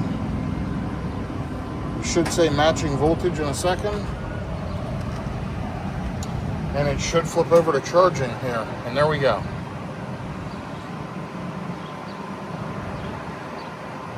Now we're at 32%. I can probably get 170, 180. It's not going to do that because it's split charging. So session details, go back, home, there you go. So they're pulling 93 kilowatts at 42%. I'm pulling 147, 148. It limits them to around 150 based on amperage and limitations, the way it splits. It's not a dynamic split. It kind of divides it into, and the most I can get is around 150 when it splits. But I'm fine with that. I'm at a higher state of charge than the 2023 sitting over here. And let's take a look at it. Car looks good. And it's at 17% pulling 200 kilowatts. So see, if I'd have pulled over here, I'd have cut her power way, way down. So in order to maximize, I had her pull into the charger by herself, which she knew to do automatically. I pulled into that charger over there and split with the Equinox, giving her maximum power so she can maybe catch up with my charging a little bit. And anyway, I'm going to go use the restroom, and I'll be back with you here shortly. Here's one of these Equinox EVs sitting beside the Juniper. A really sharp-looking EV. I haven't really seen one up close. This is from Minnesota, so they're road tripping from 10,000 Lakes. And over here's the EV Caddy charging up, and you'll see how terribly the Equinox charges compared to a Tesla. And this is why I don't have a Cadillac Lyriq anymore. They're horrible. 66 kilowatts at 48%. And I'm at the same state of charge. I'm going to beat them here in a minute. I'm at 127 kilowatts. Basically double the charging speed, half the time or less road tripping, and more efficient. So, I mean, look at that. I'm pulling double. And I'm going to pass their state of charge here quickly, and I'll be out of here while they're still sitting here charging. So just a horrible charging platform. The Ultimate platform is terrible, and I can't recommend more to stay away than possible, even though they're here charging on GM Energy. So let's see how the 2023 is doing. Showed that charger in use on the screen. Okay, well, we're not going to know. All we can do is look in the car and see what the charging speed is. Chloe, what's your charging speed? How many kilowatts? 154. What's your battery percentage? You're at 34% at 154, so crazy good. So anyway, we'll get out of here in just a minute, and I'll be back with you soon. And here we are about a minute or two later, and yeah, the look at the difference. Already 2% above them and still pulling higher kilowatt charging. Here's my session. Been here 7 minutes, pulled in 16 kilowatt hours of energy. Incredible. Great job, Tesla. And I'm just going to check the session on the Equinox. That's what they're paying. It's expensive. And look how long they've been here and all the more energy they've gotten. So pretty interesting. And back to the Tesla session. Wow, incredible. Anyway, I'll be back with you here in just a little bit. So I just grabbed a couple bottles of water out of my wonderful fridge by TL Yard. And I love that backside trunk fridge. That thing's amazing. I love the Bluetooth app too. I can check and see if it's working and maintaining temperature at any time. It's really good. Anyway, I grabbed my water from Kroger, which I brought with me, so saved a ton of money on the road. I haven't bought anything today. I had stuff with me. Day one of the road trip, that's fantastic, not having to eat out on the road. Anyway, last leg here, 150 miles at 250 watt hours per mile. So far on the Roanoke trip, 480 miles, 260 watt hours per mile. Great trip overall, 27.23 on the car with 269 for the lifetime. I'll be back with you here shortly. We'll be taking off. I can get to the hotel right now with 37%, so let's see what happens. So this shows the Tesla charging curve and speed compared to the Equinox EV. Here I am, 18 minutes, 33 kilowatt hours of energy. I'm up to 73% already. Really, really good. And let's check the Equinox. It's 29 minutes, 47 kilowatt hours of energy. I've been here 30 minutes, still only at 65%. I mean, I'm ready to take off. I'm already above them, still charging close to the same speed they are, and I'm almost 10% faster at this point. So I'm gonna just wait. My daughter's getting her dog Ella situated, and then we're gonna take off because we have plenty of juice to make it to the hotel. We're only, what was it, 90 miles away or something? So I'm just waiting on a message from her and we'll roll. She's gonna get there with about 20% less battery than me. So she'll get there with about 24%. I'll get there with like 44%. I'll be back with you here shortly when we get rolling. Okay, so her efficiency is at 282 right now, and I'm at 259. We'll call it 260. So 22 watt hours difference. Again, it's 8-9%. And that's for the entire leg of this Roanoke, Virginia trip, 521 miles. We've got another 48 miles to go. So we'll have driven about 570 miles today, or almost exactly halfway from the Dallas-Fort Worth area to Roanoke, Virginia. I am in the lead now, and she's following behind. So we're just running, a couple of miles an hour within the speed limit. There's a little variance in actual GPS speed versus displayed speed on the speedometer. Anyway, it's been a wonderful drive today. It's 89 degrees. We're going to get to the hotel at the Hilton Garden in Jackson, Tennessee, here about 4:25. So, right as expected today. Tomorrow, we're going to leave a bit earlier. We're going to try to leave around 6 hotel time, which is 7 Eastern. We should hit the hotel in Salem, Virginia tomorrow, I would think around the same time, 4 to 5 p.m. So, we'll see how it goes, but looking forward to getting there. I've got a lot of stuff to do over the next several days once I get there. And then we'll be heading on an epic road trip. I'm actually going to be taking this car to an airport, dropping it in airport parking for a couple of days while I catch a flight somewhere else, then jumping back in this car, driving it up through West Virginia for meetings, then up to Ohio, where my daughter will actually meet me in West Virginia on my last day, where then we'll join up and then head out to Ohio. I've got meetings in the Columbus area. I've got meetings out towards the western side of Ohio, and then driving back down to the Dallas-Fort Worth area from Ohio. It's going to be an adventure. That'll be a second set of videos. Probably you'll have a video down to that airport and back. Then you'll have a video from West Virginia out to Ohio and such. So yeah, this is going to be an epic road trip adventure in the Model Y Juniper. I'm really going to get a feel for the efficiency of this car. So far, I'm blown away. Absolutely blown away. It has exceeded my expectations in ride, comfort, build quality. I've had no major panel gaps, no major issues, no fit and finish issues. Well, I take that back. I had to have the windshield replaced when I first got the car. Picking it up, upon pickup, it had some gouges in the windshield, which Tesla service replaced at no cost. Very easy. I set up the appointment. They took care of it at no cost. So that's it, though. This car has been absolutely phenomenal. I'm really enjoying it. And now I'm starting to crank some miles on this like I do all my vehicles. And I've owned this car almost exactly 2 months to the day. And I have not put hardly any miles on it, as you can see. It's going to get a lot of miles over the next couple of weeks. And this thing will officially get broken in. And we'll know how it really does. But so far, my previous Model Y, my lifetime, on 40,000 miles, that blue car my daughter's driving used to be mine.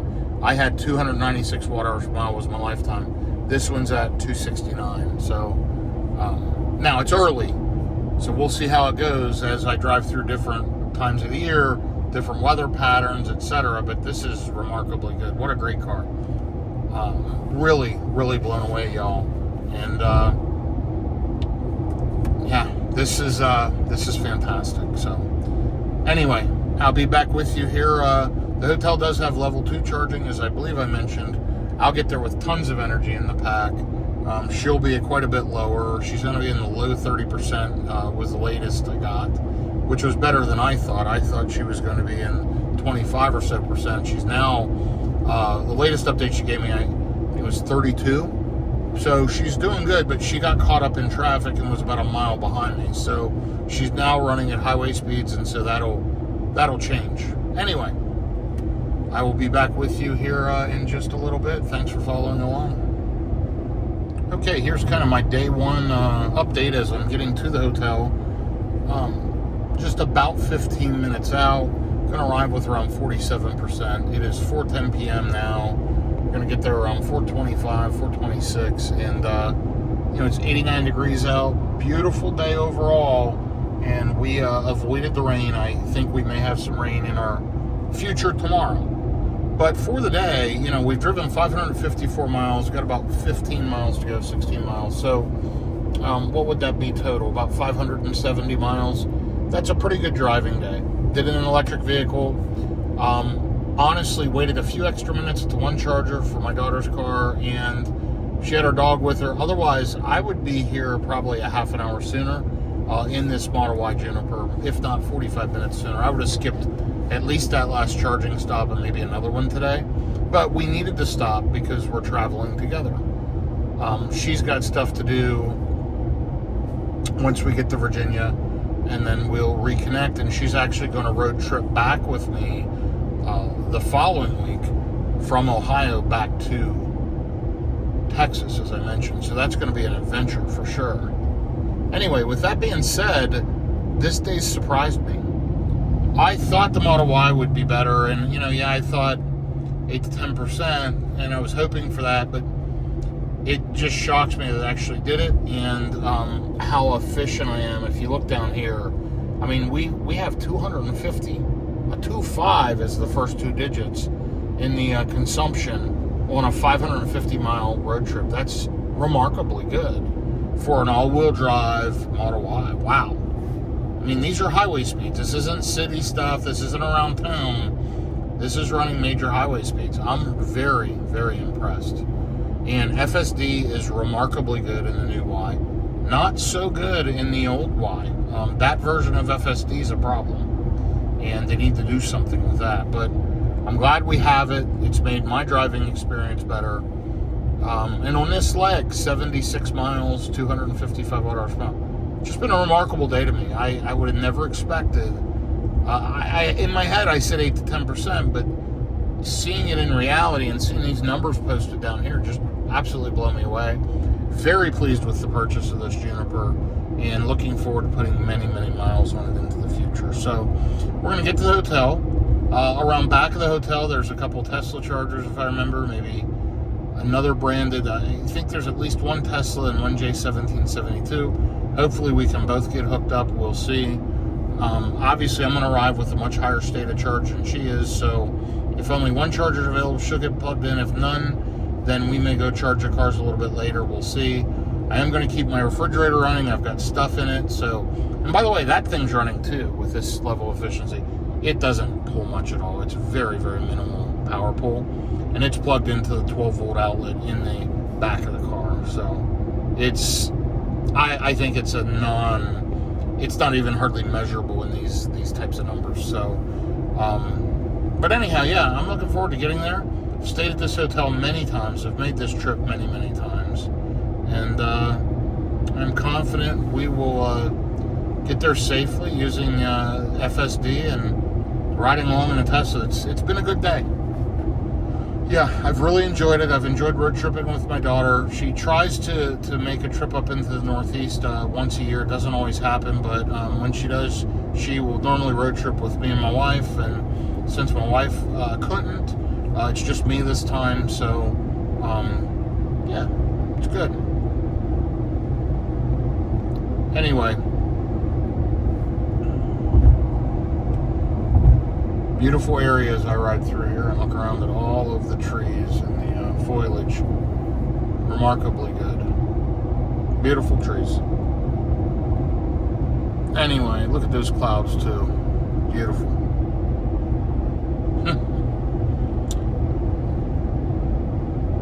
2,801 miles overall, 269 watt-hours per mile. Man, this car is efficient. I'm just blown away. And listen, people have shown me they've had low 200s in a Model Y. They run around the city flat. This is up and down elevation, driving across the country through a lot of different states, very rough roads, very high highway speeds. This is really good, this car. So I like how FSD got over. Saw the car with the four ways and moved out of the way. Very, very nice. Okay, I'll be to the hotel shortly, and I'll try to give you a final stat update for the end of day one in this epic road trip to Roanoke, Virginia from Dallas, Texas. I thought you may want to see the cars as they're charging. Look at the paint on this Ultra Red with the reflection. I mean, it just looks wet. Looks like glass, and it's dirty actually from a 600-mile road trip. And also, the blue car in the deep blue metallic's pretty dirty too. But here's one thing nice about this Hilton Garden here in Jackson, Tennessee. They have a Clipper Creek and they have 2 Tesla destination chargers. So great job, Hilton Garden. I've used these for years. They always seem to work great, but these cars are phenomenal. So anyway, I'll be back with you in the morning. We'll be filled up to 100% by morning, be taking off probably around 5 a.m., trying to get through Nashville traffic. See, the interstate's right there. This is a great location. I'll be back with you in the a.m. Okay, and here we are this morning. The cars are both filled to 100%. I'm on this Clipper Creek unit, and my daughter over here is on the Tesla wall connector. She just unplugged. I'm going to go ahead and get unplugged.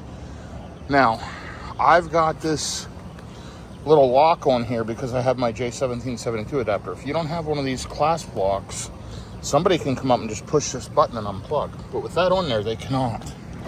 So I've had the car in pet mode, had it warming up, cooling down, whatever. And let's take a look. We click the charging icon, we click unlock charging port. Now you can do that from the mobile app as well. Check out the puddle light and Dorsey light. Now it's unplugged, and I can pull this out, pop off my adapters, and get going. So I'll be back with you in a second. Okay, and here we are getting ready to depart. It is 5:09 a.m., 78 degrees. It's very, very humid, as you can see. Even though I had climate on, all the windows were fogged. We did charge to 100%, finished a few hours ago. It's dropped down to 99, 324 miles. First stop's going to be the EVgo charger in Gordonsville, which is through Nashville on the other side. Should hit there at 7:47 a.m. and hopefully beat Nashville traffic. So let me get on the road and I'll update you here in a bit. Yesterday, 570 miles, 258 watt-hours per mile. Another 600 miles today. Here we go. Okay, and here we are. And it looks a lot lighter out in the camera than what it is. It's just starting to lighten up. The sky is. But anyway, we've got 175 miles to go, 2 hours and 33 minutes. Of course, terrible efficiency taking off. We've been running the HVAC system, getting the car climate and whatnot preconditioned. Anyway, we're at 420 watt hours per mile starting out. Yeah, the first stop's only 2.5 hours, but the key to it is we're going to be getting through Nashville around 7 or so. And we're trying to beat, this is Monday morning, it's 75 degrees out, by the way. No rain, thank goodness. Let's hope that maintains. But we're trying to get through Nashville before, really bad rush hour traffic. So let's see how that goes. Loving the Model Y still. I've got FSD on. The car's driving me. It's early. And we've got to go to Roanoke, Virginia today. I would think we'd hit there between 3 and 4 p.m. We have a time zone change, so we've got to take that into account. So I think it'll be closer to 4. But let's see how it goes, and we'll know more here after this first charging session. So I'll be back with you in a little bit. Okay, so starting out this morning, been on the road only about 12 minutes, 329 watt hours per mile. Things are settling down. We're getting up to speed. My daughter's following me this leg, and honestly, just looking forward to getting through Nashville. That was the purpose of getting up so early. I've been up since about 3:30 a.m. I've had some work to do. I took care of some work, did everything else I needed to do, got packed up, and took off. So our goal was to get out of there at 5. We got out of there at probably 5:10, after me loading the car and doing a quick video and whatever. So I wanted to show you some of the accent lighting here. You've got really nice accent lighting here. We've got the ambient lighting that you can change colors. It's got some footwell lighting, although dim. There is some lighting. I've got those door puddle lights. Got those on shop.tesla.com, and also got the door sill lights on the front 2 doors. The puddle lights we were able to put in all 4 doors, even though Tesla says they only fit in the front doors. Those puddle lights do fit in all 4. Was able to get those installed into all 4. And then the door sill lights can only be in the front 2. That's where along the door, the plate that says Tesla. I like all that extra lighting. I think it sets it off. And these are all one-time expenses when you first get a car to customize it and make it the way you want, which I enjoy doing. This one's done now. I've gotten everything in it I want, and I probably will put a carbon fiber spoiler on. I might do a couple other little things, but I think I've got about everything in it I can think of. But somebody may come up with something new or something better that I should consider. So time will tell, but in the meantime, I'm going to enjoy riding along in this new Model Y Juniper. I've driven this route many, many, many times over the years, hundreds of times for sure. And this is one of the smoothest trips. I mean, it's not as quiet as a high-end luxury car like a BMW 7 Series or Mercedes S-Class. You definitely hear some road noise coming through. Wind noise is next to none, though. It's slicing through the air pretty good. Ride quality's decent, not as good as those aforementioned cars, but for the price point, this car is incredibly good. Honestly, I wish Mercedes would make a good-looking S-Class electric. I would consider one of those for a lot of these road trips. I think they have okay charging, okay tech. I think the next versions of the BMWs and Mercedes will be pretty good, and something I need to keep an eye on. I've test driven and checked out pretty much most of what they have out there, and I'm not a fan at all on either the BMW or the Mercedes. They need to do some work. But this thing, after the federal tax credit, roughly $40,000. What an incredible vehicle. Smooth, quiet, comfortable. I mean, I can talk really low and you can hear me in this car. We have conversations in the car with people. You don't have to speak real loudly. I'm on a good road surface now. The road surface has a little bit of friction, and I can hear that, but man, is this car incredible. So, and I've been very pleased with the efficiency as we talked through the video yesterday. We'll see how it does today, and we'll get a really good feel for it on this first leg of a roughly 3,000 mile road trip. This is the day 1 and day 2, which are about 1,200 miles. So keep an eye out that, like I mentioned yesterday, there will be additional videos with other trips that all tie to this one big 3,000 mile round trip. So it's going to be interesting, going to be fun. Hope you follow along and enjoy it. And I'm going to go ahead and ride along for a bit now and focus on getting through Nashville. I'm going to catch up on a few work things while I'm driving. There's actually a couple of calls I can make to different time zones, and should be crossing into Eastern time here very soon. So we got to get through Nashville first, and then as between Nashville and Knoxville is the Eastern Central time zone line. So we'll get switched on that, and yeah, let's just enjoy the ride. And by the way, Tesla, thanks for full self-driving. Man, does it help.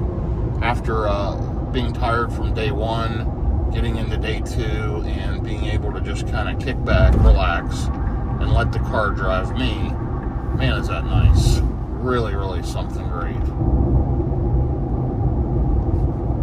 So we just kicked it into standard and we're riding along. Okay, I'll be back with you here in a little bit. Okay, so here is an update. We are riding along. All is well. Efficiency's improved, 293 watt-hours per mile. This stretch is always less efficient for some reason. Must be slightly gaining elevation. But then when we come down into Nashville and then through Knoxville, we'll see a super efficient section on the way to Salem, Virginia. Probably that last 100 miles is around 200 watt-hours per mile or less. There's loss of elevation and just, you know, the driving conditions allow that. So unless we see a bunch of inclement weather, we may get some great efficiency overall for the day. First leg is not as good as yesterday was, obviously, but you know, we've been driving for just about 40 minutes, and it's been smooth and uneventful. FSD's been on the entire time. It's doing its thing. I'm just here relaxing and monitoring, supervising as the car does what it needs to do. During construction sections like this, I always keep my hand on the wheel. Once I'm out of the main construction section, I'll normally let it relax. But yeah, anyway, let me jump over to this left lane.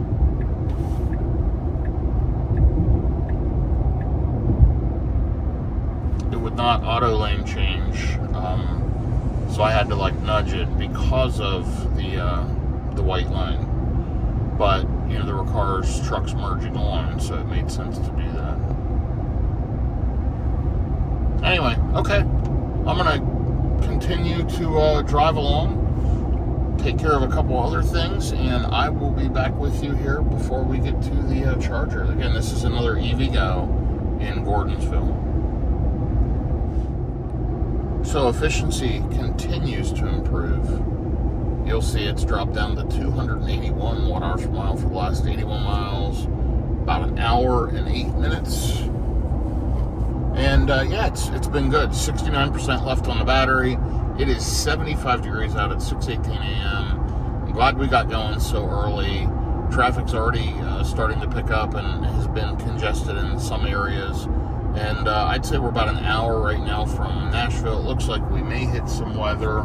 We'll kind of see how that goes. I see rain here in the distance, which that is what it is. That'll kill efficiency. But hey, the car needed washed anyway, so it'll clean my windshield off, that's for sure. So yeah, now we're starting to see the rain here in the distance. Anyway, should arrive with around 34%, give or take. And it's a good morning so far. In about an hour and a half, my phone will start blowing up with calls and messages because it is most of the business that I'm in is driven off of Eastern time zone. So that'll start probably around 7:38 a.m. So I always like to get some time to get caught up and get on the road first or work first, whatever. And today it was getting on the road and working. Anyway, this is a rough section of road here. I'm going to jump in the left lane, see if we can avoid some of these massive potholes. It's so bad. And we're going to ride along. Okay, I'll give you an update here again in just a little bit. All right, well, here's the good news. The car's getting washed.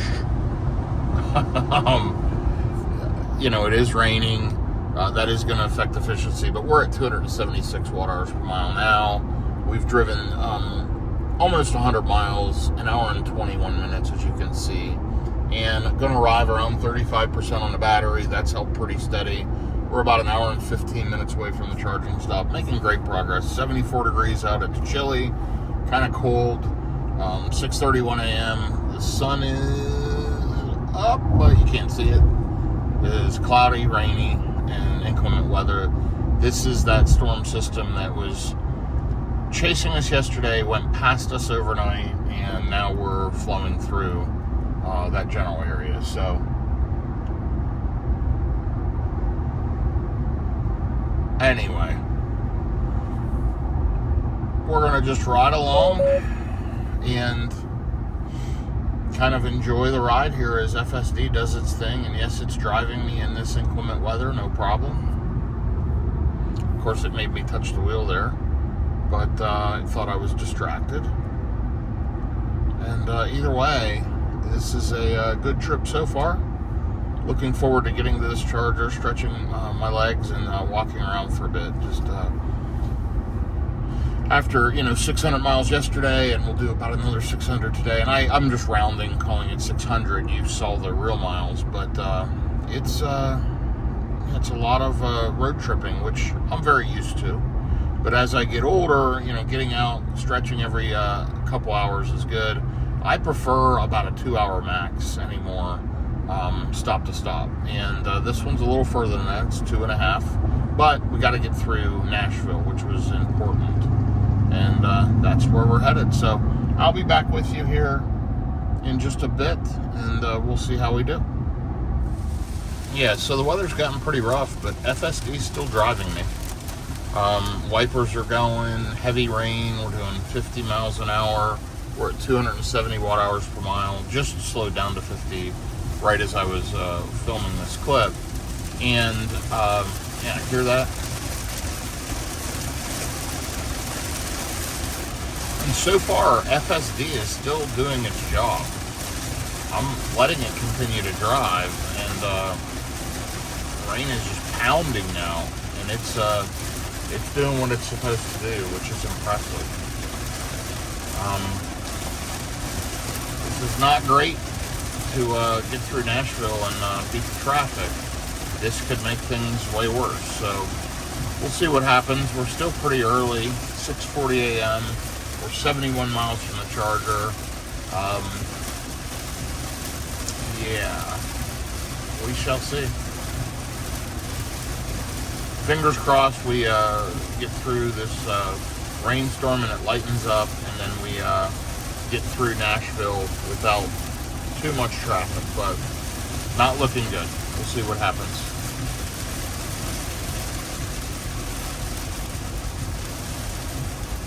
Yeah, so it's still raining a bit. We're in that heavy traffic coming into Nashville, but the rain is lightening up.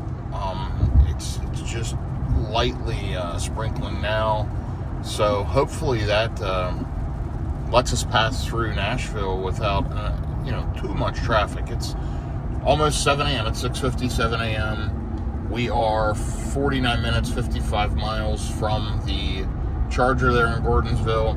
Efficiency, even though we hit that rain and some of it was at highway speeds, 263 watt-hours per mile, it's matching up pretty closely with what we saw yesterday, which, again, I'm just really impressed that I'm about 8 to 9% more efficient than the 2023 Model Y. Checking in with her, with my daughter, she's showing arriving to the charger with about 25%. I'm showing arriving with 37%. Now, she's got some range degradation, battery degradation, and her range is a little decreased, but it's just efficiency is the big indicator here. And on a road trip, in the course of a day, I'm confident I could easily beat a Model Y long range, depending on charging locations, by 45 minutes to an hour. The 2026 versus the 2023. It's definitely a better, faster, more efficient road tripper. because the battery's slightly bigger and it's just way more efficient. It does not charge faster. Unfortunately, I wish it did, but the charging times for me aren't a big deal. Every hour and a half, 2 hours stopping for 10 minutes or so, I'm fine. This car will not hold me up from what I've seen. So, pretty good. Anyway, you can see we're getting into some heavier traffic now. We're on the outskirts, we're on the west side of Nashville. We'll be passing through kind of right through the middle of town.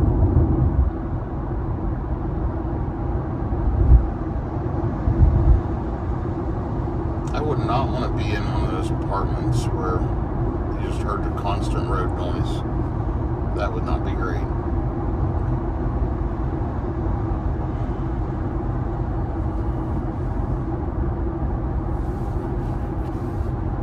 Anyway, the rain's let up for a minute, so we'll see how that does. Honestly, it washed the car off. It had washer fluid on, bugs, everything else. The windshield's clean now. And it rinsed the car off. The car's ceramic coated, so it'll actually look pretty clean. I will make sure to get it a bath once I get to Salem, Virginia. And I'm there for a few days, so I'll make sure the car gets a bath. I do need to go ahead and get tires balanced and rotated. Yes, it only has 2,940 miles. Got a little bit of vibration. I can tell one of the wheels is off balance, so I need to get them balanced, and then I'll just have them rotated at the same time, and that's no big deal. But there's just a little vibration in the steering wheel. If you feel vibration in the steering wheel, and it's a tire balancing issue, then that means it's front tires. If you feel it in your butt, in the seat of the car, you feel the vibrations, that means it's your rear tires. So I'm going to say one of the front tires, if not both of them, slightly out of balance. Not a big deal, and I really don't feel it unless the tires are cold, or if I'm above about 75 miles an hour, then I can feel it. But I'll go ahead and get it addressed. It's super minor. Most people wouldn't notice it, but I am extremely particular about my vehicles. So anyway, let's see here. We're going to stick to the right to 40. And again, FSD is just doing all this for me so that I can kick back and do what I need to do. It's really remarkably good. I'm really glad I have it today. Didn't really use it a ton yesterday, which is unusual for me, but we were trying to follow each other, and it made sense to not use it that much. But today, it's going to see a lot of use.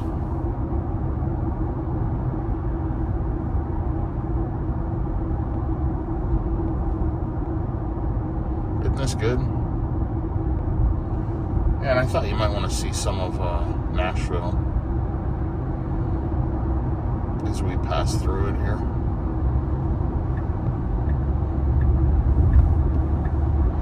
You keep going, FSD. You do your thing. Look at it. Just driving.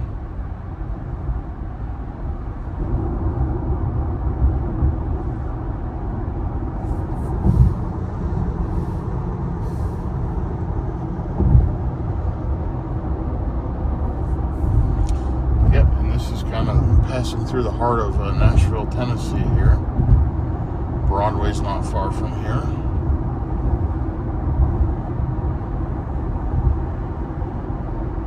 Right up here it is. The exit for Broadway.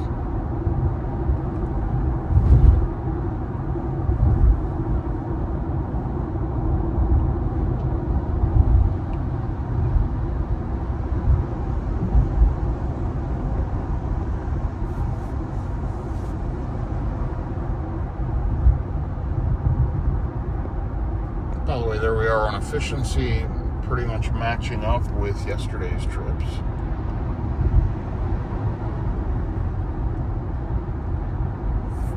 Well, I'll tell you, this FSD, what a game changer.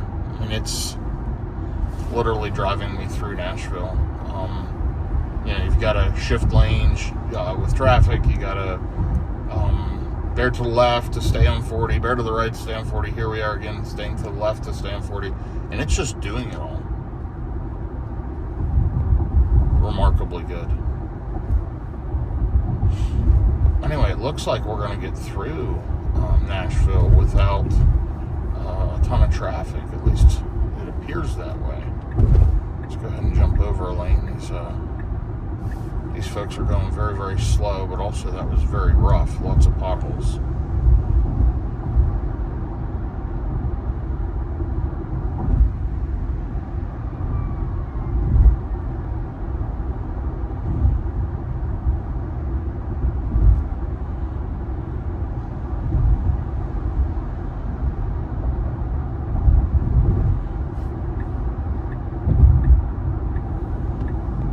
Okay, car is merging over,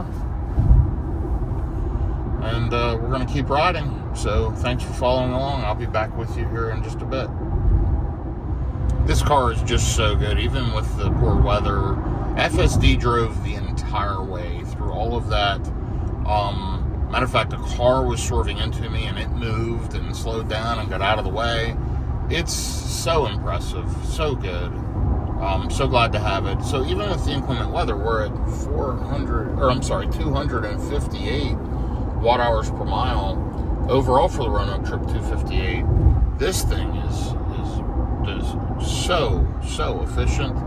I'm blown away. It has met and exceeded my expectations. I really felt like I should see 8 to 10%. Actually seeing it is remarkable to me, and I love the efficiency. It just, I can make it. I could skip Gordonsville and keep going another half an hour, 45 minutes, another hour easily. I'm going to arrive there with 37%. I mean, I don't even need to stop there. I'm going to, because we need to stretch her legs. She's got her golden doodle. We need to let the golden doodle walk around. And she's going to be in the 20-some% range. I think around 25% still. Yeah, wow. Just really, really good. Looking forward to getting to the next stop in about 32 minutes. But it is dreary, overcast. Let's hope it's not raining in Gordonsville. But it is what it is. We're going to ride along. I think we'll hit the hotel today. I'm thinking between 3 and 4 o'clock because of the time zone change. So I'm thinking maybe 3. We'll see how it goes. We got through Nashville successfully. Hopefully we don't have any other events to speak of, and it's uneventful as we drive. If that's the case, we're going to get there earlier than expected, which will allow me to get some things done. So that's good.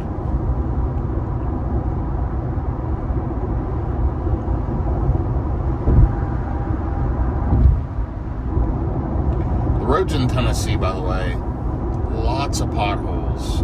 Really can knock wheels off balance, cars out of alignment, whatever. There's some pretty rough ones. They really need to do some work on the roadways here and get them fixed up a little bit. They're rough in general. It's getting to be one of the poorer states across I-40 that I drive across the country.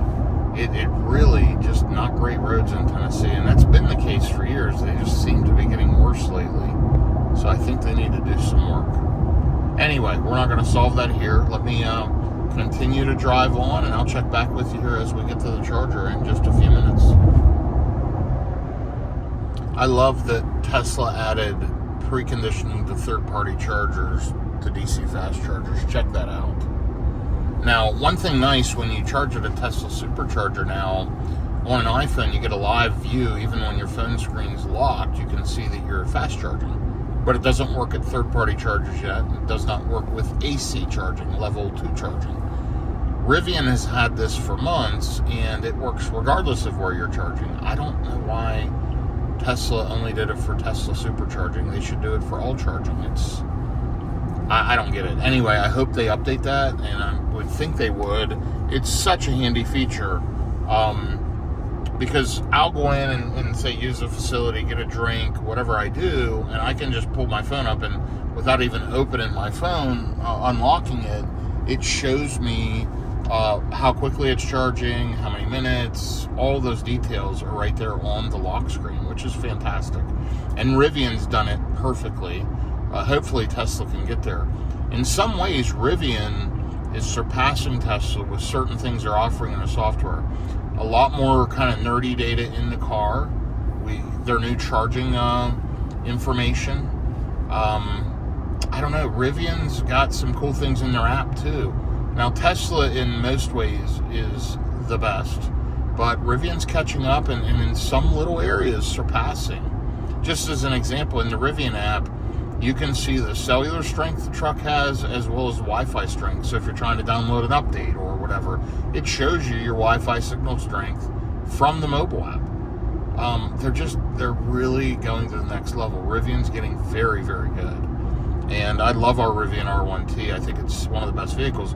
Rivian just needs to come up with a car that charges well. I think the Lucid Gravity is going to really interest me because of the charging performance, and I'm anxious to see where it goes from here. But anyway, we are preconditioning for fast charging. We're 8 minutes out, 8.7 miles, and running at 259 watt-hours per mile. I'll be back with you here shortly.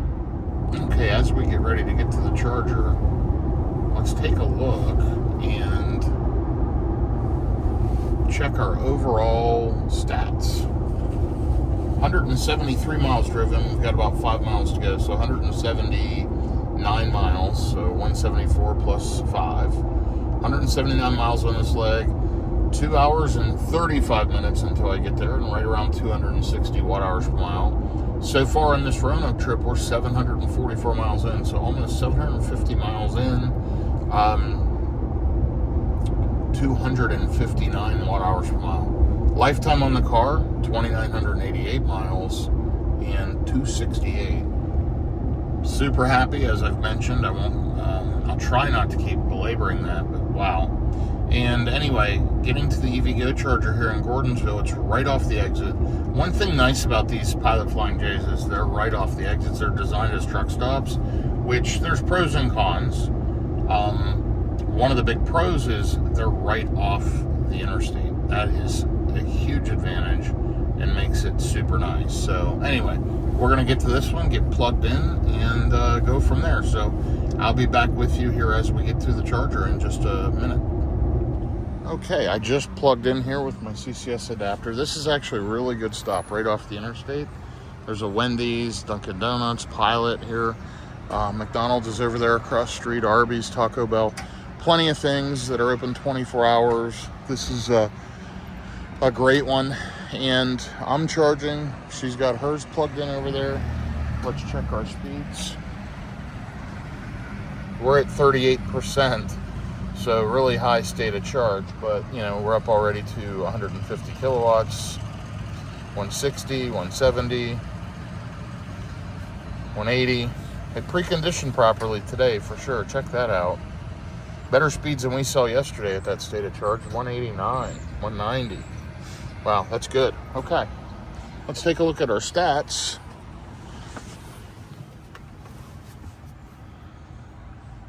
And here we go. 179 miles, 256 watt-hours per mile. So great job, Tesla. Charging at 175 at 40%. And we're going to go ahead and let it charge for a minute. I'll be back with you shortly. Okay, well, we're headed back to the Teslas. We've got the blue one over here charging successfully, the red one charging successfully. We'll look at the data here in a second. But I noticed I got some road debris in the front vents of the Juniper. Let's go ahead and get that out of there. Some type of paper. Okay, let's look at our charging speeds.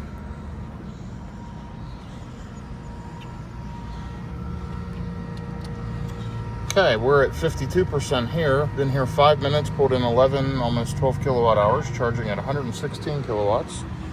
And let's check the 2023 and see how it's doing.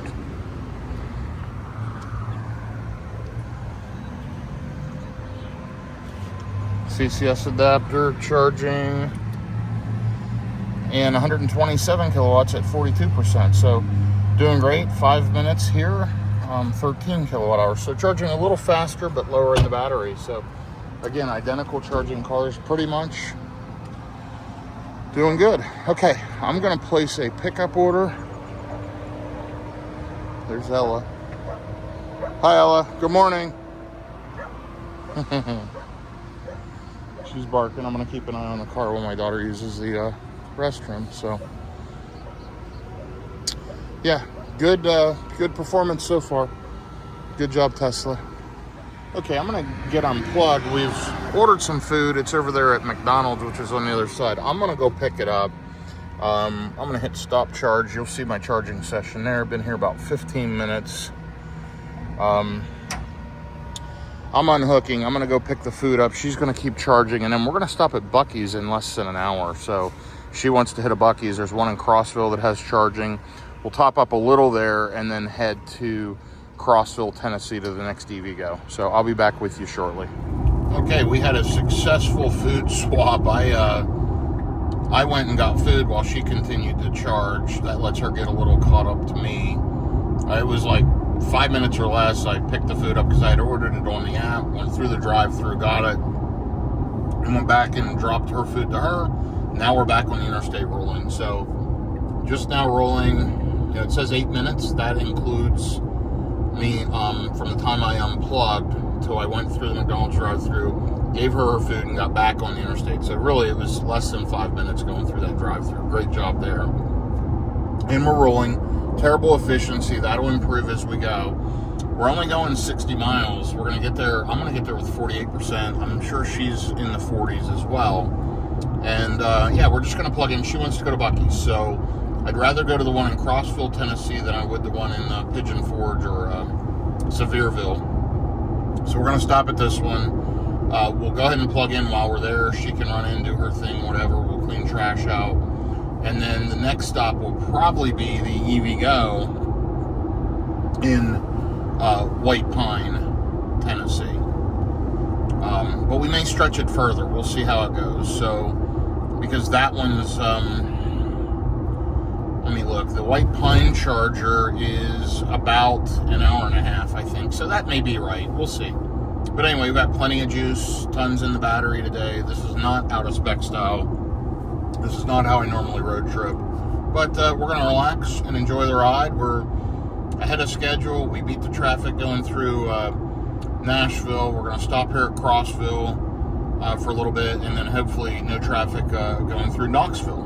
And that's really it as far as city traffic concerns for the rest of the ride today. So we'll see how it goes, but a beautiful part of the country, and we're going to ride along. I'll be back with you here in a little bit. All right, so we are about to get off here in Crossville, Tennessee. And yes, we're stopping at Buc-ee's because my daughter wants to. Honestly, I would avoid it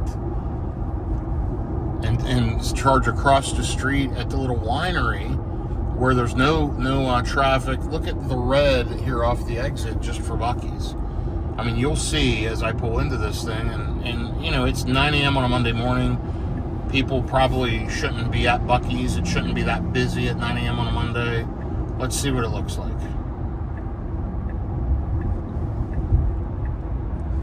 I mean, right over here is Buc-ee's. There's hundreds of gas pumps. This thing is a zoo.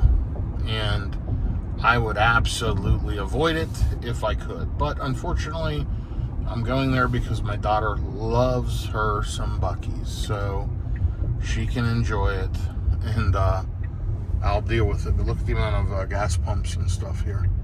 Absolutely insane. It's for cars only, no trucks.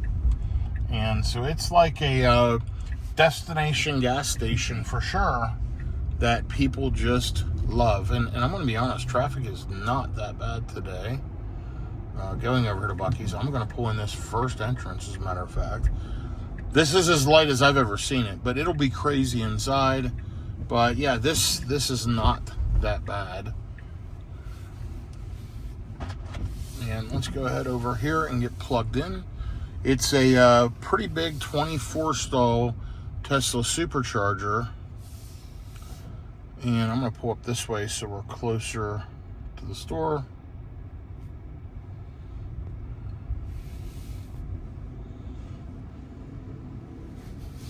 As a matter of fact, I'm going to pull in here so I'm closer to the trash can.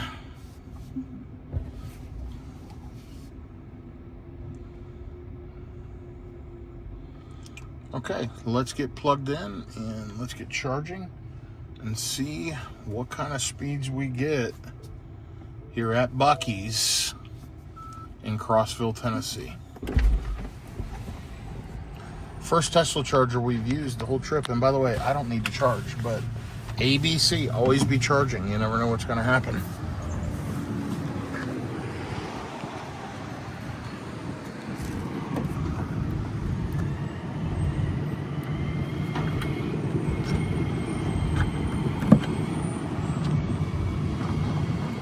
Communicating.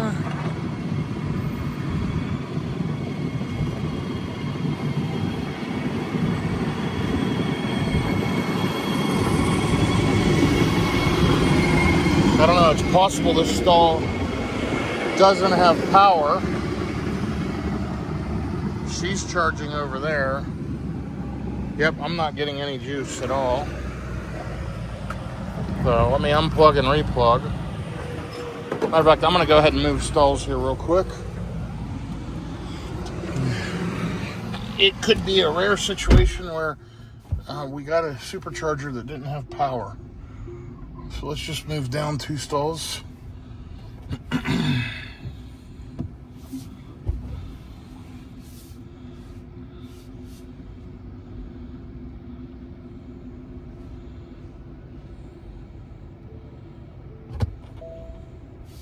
Okay.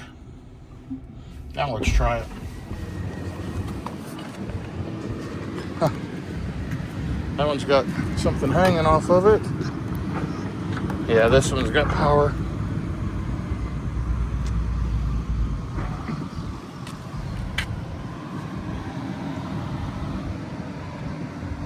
Yeah, a little shroud there is hanging off, and it's still not charging. What is going on?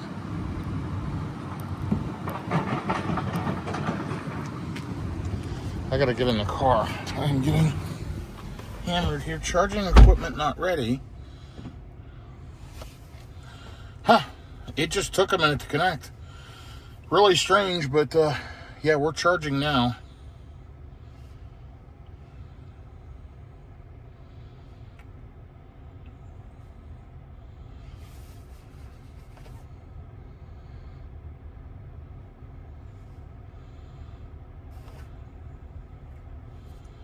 Okay, so we're slowly ramping up here.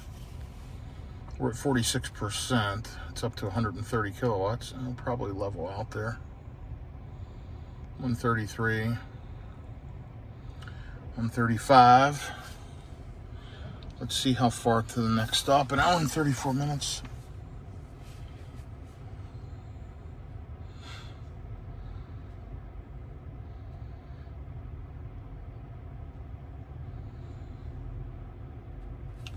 Okay, I'll be back with you here shortly.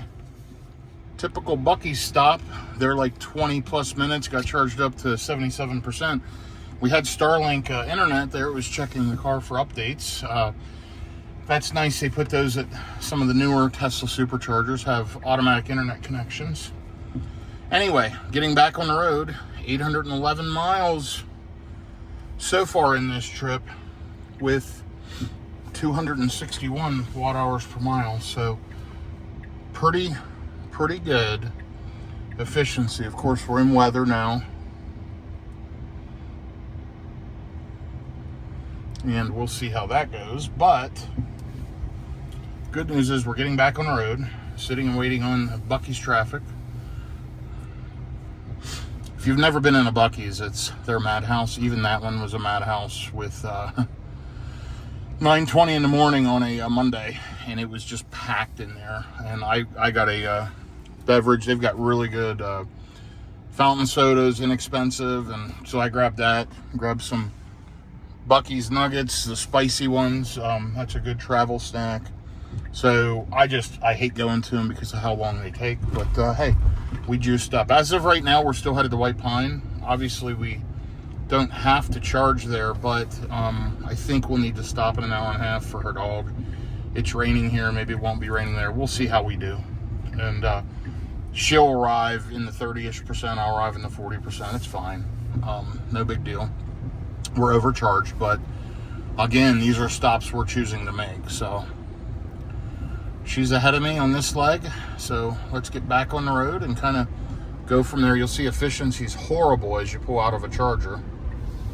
And again, that was the first supercharger stop for this trip. And let's take a look at what it cost us. Down there's your charging cost. $8.59. You saw what I pulled in with, and you saw what I pulled out with, 77%. I don't know. I can't remember my state of charge upon arrival, but it was high. And that's not a lot of cost, but it's definitely way less expensive to charge at home, or in our case, for me, at EVgo with my free charging program.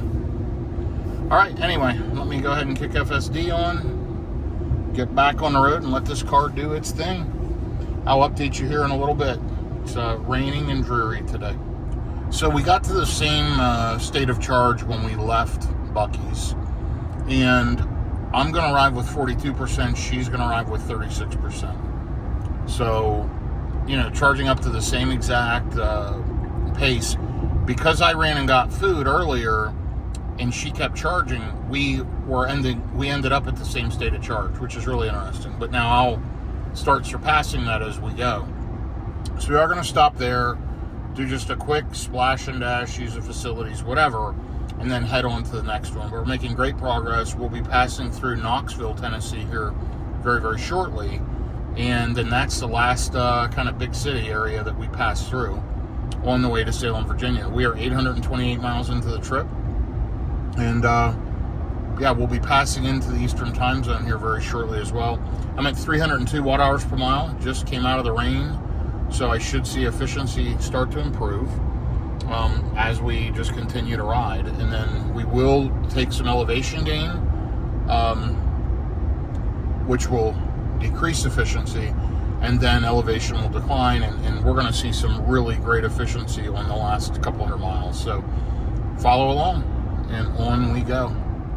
Okay, so I am 1 hour into this leg, 238 watt hours per mile. Incredible. Overall on the Roanoke trip, 259. Super efficient on this last leg. We're through Knoxville. The car has been self-driving the entire time. It's gotten me through Knoxville. I'm going to arrive with about 43%. My daughter's going to arrive with about 30%. So you can see even after just one stop, now I'm 13% ahead on the battery. Really remarkable here. And this thing continues to do a great job. So we're headed to the EVgo station in White Pine, Tennessee, where we'll just plug in, get a quick top up. We don't need to be there long. She's at 30%, I'm at 43%. And we're just going to hop to the next charger, which is, I think it's up before Wytheville, Virginia. But it won't be that far, and that'll probably be our last charging stop then. So this one and one more, and we should be done. I wouldn't need to stop at this one. I could go up to like the Tesla Supercharger in Bristol or Abington or whatever, get charged up and go. I could skip this. She can't. So we need to stop anyway, and she wants to stop, and hopefully it's not raining and she can walk her dog and all that. So hopefully we maintain clear skies. I think we've gotten past the rain for now. And it is 11:27 a.m. We are on Eastern time. And it's 82 degrees out. It's a beautiful day. Cloudy and overcast, of course, but it's feeling good. I'm feeling the sun coming through the windshield. Not through the sides because of my ceramic tint, but XPEL, by the way, XPEL Ultimate on the windows. Not a sponsor, but I always put XPEL tint on all of my cars. Anyway, yeah, so 29 minutes, 30 miles away, and I will update you here as we get to the charger. Beautiful part of the country, though, isn't it?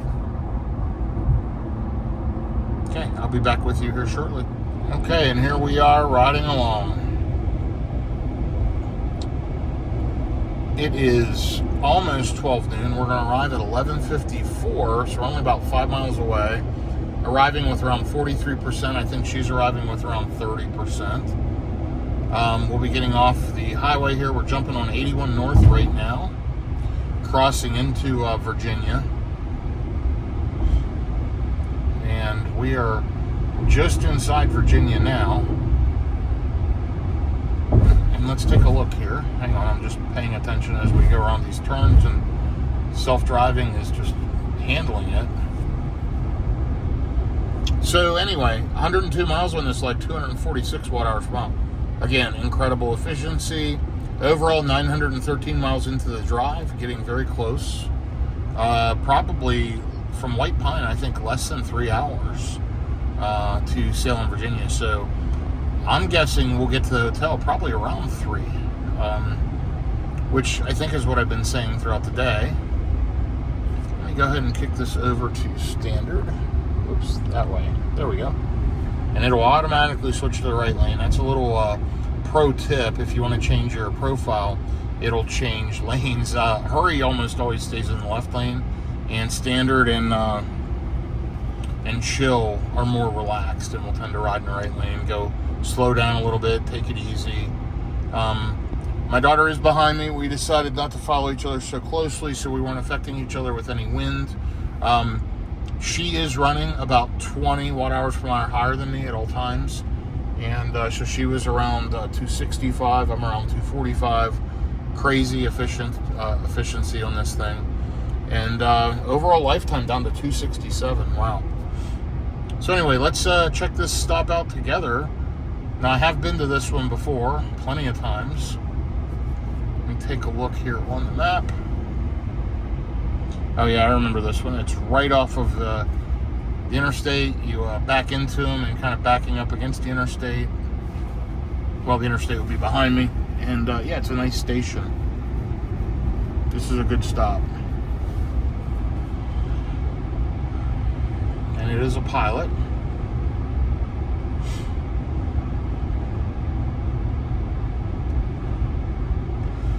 Another note, by the way, FSD is so freaking good on the Juniper. Wow. Just life-changing, game-changing. I remember a year ago, it was just scary. It has gotten so good over the last 6+ months.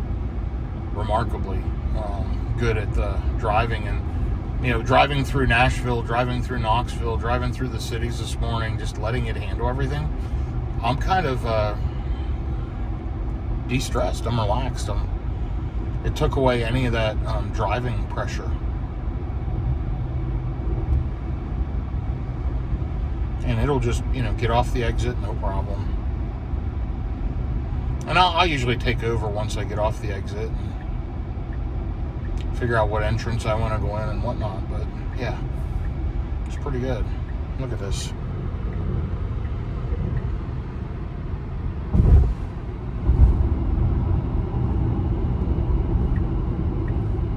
See how fast the car slowed down? Well, it did too. And it's jumping over to the right lane.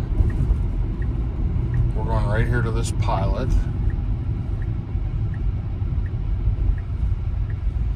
And it knows it's got to get in the left lane here. Let's see what it does. Yep, it did it. And I'm going to take over because I'm going to go in this entrance early. It was going down there and looping around, because that's the navigation.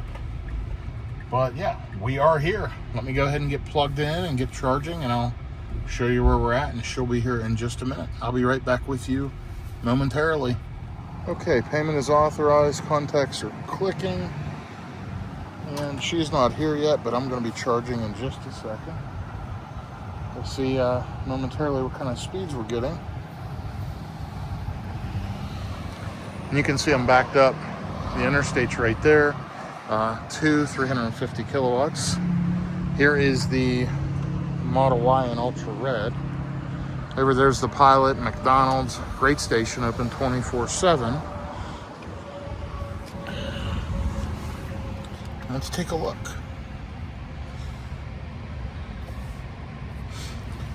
We're at 43% and we are ramping up. There we go. We're at about 135 kilowatts. Let me put climate on keep. There we go.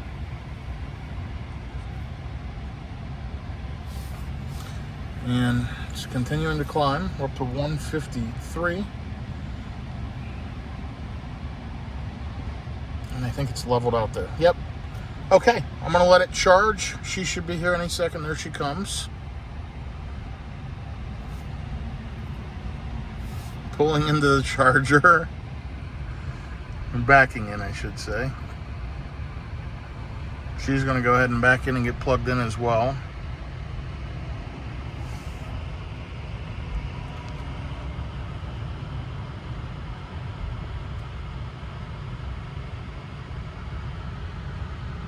Good looking car over there too. Okay, good. I'm going to go check hers out as she gets plugged in. I'm pulling 140 kilowatts at 46%, and we will update in a minute. Okay, she just got plugged in and has been charging maybe a minute. Yeah, 1 minute. She's pulling 138 kilowatts. And so far it's dispensed about 3 kilowatt hours. So similar charging, but you'll see she's at a much lower state of charge. But that's okay. We're going to let it get juiced up. There is the Uber Juniper cables. You can see they're getting beat up here using our CCS1 adapter. And beautiful deep blue metallic. Some nice EV base wheel covers. Those are fantastic. And by the way, those are a very, very good aero design, so that's not killing her efficiency at all. And look at that ultra red paint though. Isn't that spectacular? Let's look and see how the EV Caddy's doing right now with charging. So yeah, 55%, 109, 110. And I've been plugged in about 5 minutes. So anyway, okay. I will be back with you here shortly. Okay, I just got back out to the cars and hers had quit charging. She was reactivating it using the other handle. For some reason it just randomly stopped. I'm at 70%, pulling 73 kilowatts. I'm not sure how long hers stopped for, but we're not going that far. I'm gonna check out our next stop and we'll make sure she's got enough juice to get there, and then we'll go from there. I'll be right back with you. Okay, here's the last leg, 106 miles, 241 watt hours per mile. I can get there to Fort Chiswell with 29%. Keep in mind her charging session stopped. She had to replug, and right now she can get there with about 7%. So she's going to put about 8% more on, so she has about a 15% buffer, and then we're going to take off. I'm going to be overcharged, but that's fine, and we'll get back on the road. So 3,161 miles on the lifetime, 917 miles on the Roanoke trip. Next stop is Fort Chiswell, Virginia. EV Go Charger. I am 151 miles away, a little over 2 hours. So that'll be the next one. Okay, we're riding along on 81 North. Beautiful sky. Lots of greenery. You know, we're mid-June 2025. Driven 28 minutes, 34 miles, 265 watt hours per mile. Headed uphill. Been headed uphill the whole time. There's a good bit of elevation gain as I head towards Fort Chiswell, and then we'll drop down into the Roanoke Valley and into Salem. So 117 miles to this next stop. From there to Salem is just under an hour. So I expect to hit the hotel, I don't know, 3:30 to 4. Probably, I originally thought 3 to 4, and then earlier 3 o'clock. We're going to throw some extra juice on at this next stop. That way, if we get to the hotel and the level 2 chargers are tied up, we don't have to stress about it. There is a Tesla supercharger in Salem on Apperson Drive that we can plug into and get some juice if needed, and it's right by the hotel. As a matter of fact, it's on the way. So we'll see how the chargers are working here in Fort Chiswell, and we'll go from there. I've had issues with those a while ago, probably a year or so ago, where they were fluctuating current, but I think they've fixed that since then. And the last couple charging sessions have been very, very solid in Fort Chiswell. So we'll see. This is another one of these Pilot Flying J's right off the interstate, and we're going to get some juice. I'll be back with you here shortly.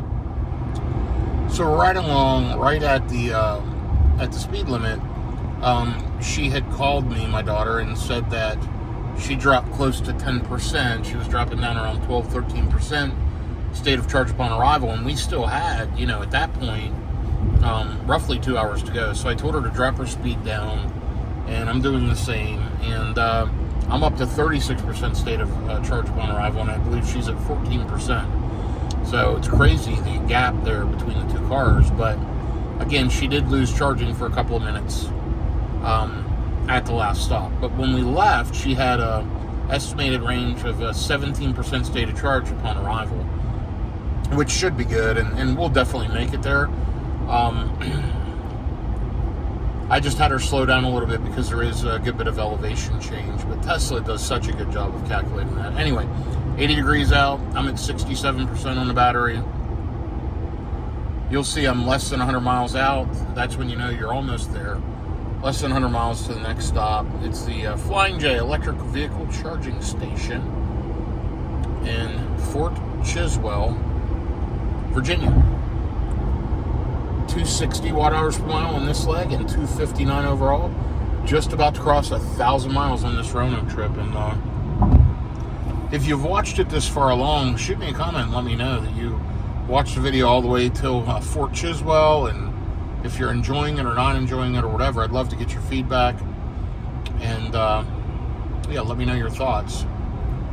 Anyway, one more stop, then off to the hotel, and that'll end this video, and I'll get it posted here fairly quickly, and then more videos to come over the next few days. So lots of road tripping here in this 2026 Model Y. Anyway, I'll be back with you momentarily. Okay, so here we are, 1,000 miles into our Roanoke, Virginia trip. 260 watt-hours per mile, holding pretty consistent. This last leg, I've been driving an hour and 11 minutes, 83 miles. I was going to say 63. 272 watt-hours per mile. So again, a bunch of elevation gain. We are about an hour from the charger in Fort Chiswell. And just riding along. It's cool out. It's obviously rained in this area. It's 77 degrees, 1:33 p.m. Overcast, and you can see the roads are wet. So it's rained here recently. Hopefully we don't run into the thick of it, but not sure based on the clouds in front of me. We'll see what happens. But yeah, all in all, I'm still showing 35% upon arrival. Tesla's range estimator is doing a great job. Here's a truck rest area and a rest stop.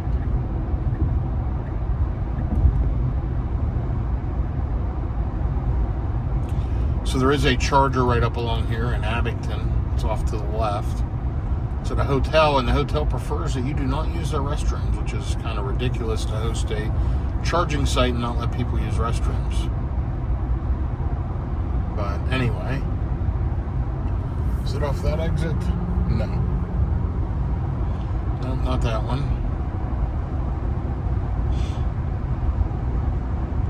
So, you know what? It's effortless driving. This car's been doing the driving for me pretty much all day today. Yesterday I drove manually quite a bit. Today the car's driving me most of the way. So makes things much easier, much more comfortable, and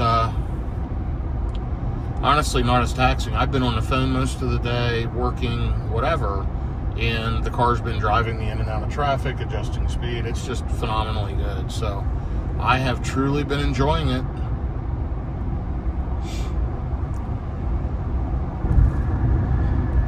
I wanted to see if anything changed going up the hill there. Nothing did. But yeah, all in all, it's still a good trip. And looking forward to getting there. Don't have that much further to go. Just under 200 miles, I believe, and we'll be there. And yeah, I'm going to get back to it, and I'll update you here shortly. So in this latest software update, Tesla added the fleet's average speed on the route. And you'll notice down here, this route is typically driven at 72 miles per hour. Slow down by 5 miles per hour to save 0.3 for the rest of this trip.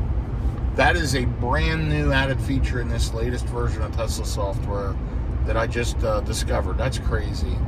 Anyway, there's my projected range upon arrival, 35.2%. I like how it gives the decimal points on everything.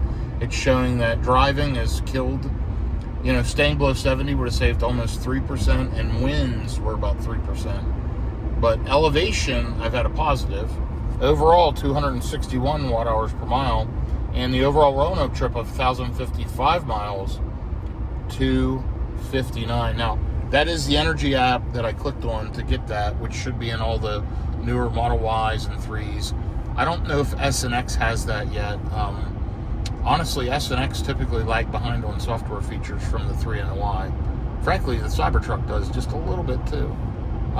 Although it is better, in my opinion, than the X or S as far as software goes. This last leg, about 2 hours of driving, 138 miles. So we're getting there.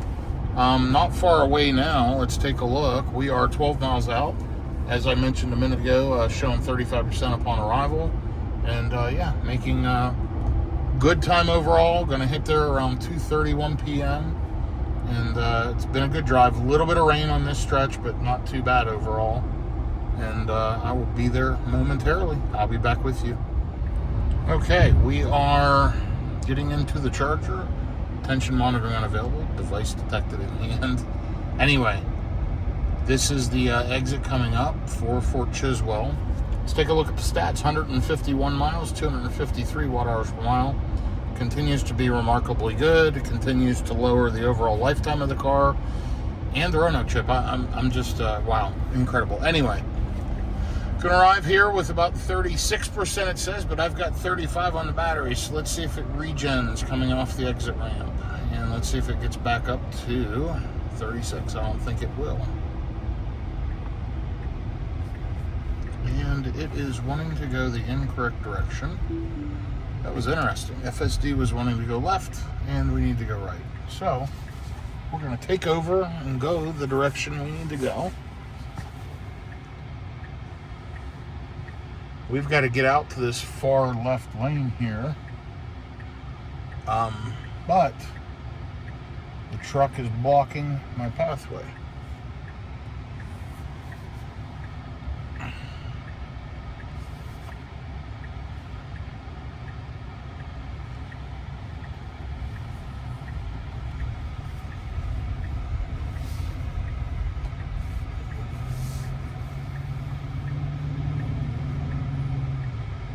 Okay, now I can go up here, turn left, and we'll wait right here to cut across.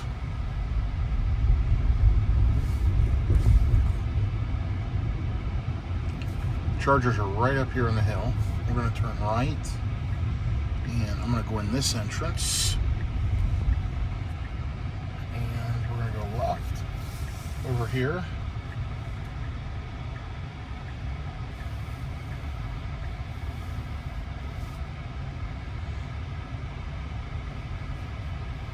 Looks like we got a Rivian R1T charging. And we're going to get the Model Y plugged in right here on this charger.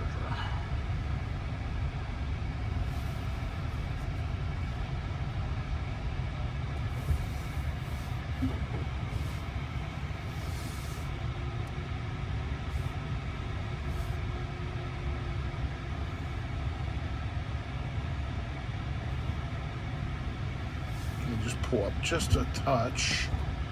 Okay, let me get plugged in and we'll see what kind of speeds we get. My daughter's just slightly behind me.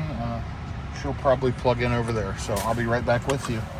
Okay, and we are charging at 35%, and it is ramping up pretty quickly. Looks like it's going to hold around 155 kilowatts. See that jumping around? This charger's done that to me before. Lately, I've been plugging into that one and not having that issue. So, kind of weird power fluctuations on these. And I've reported it on EVgo before, but they haven't gotten it addressed. So, anyway, my daughter should be here soon. We'll get her plugged in. Now it's ramping up a little more. It was up over 170. And here she comes. And I'm going to help her get plugged in, and I'll be right back with you. Okay, so we are charging along here. Let's take a look. I got a Frosty right here in my hand from Wendy's. It is 85 degrees out. What a perfect way to cool off for a minute. I know it's not good for you, but I'm going to enjoy a small Frosty here. Anyway, I'm still pulling 72 kilowatts at 71%.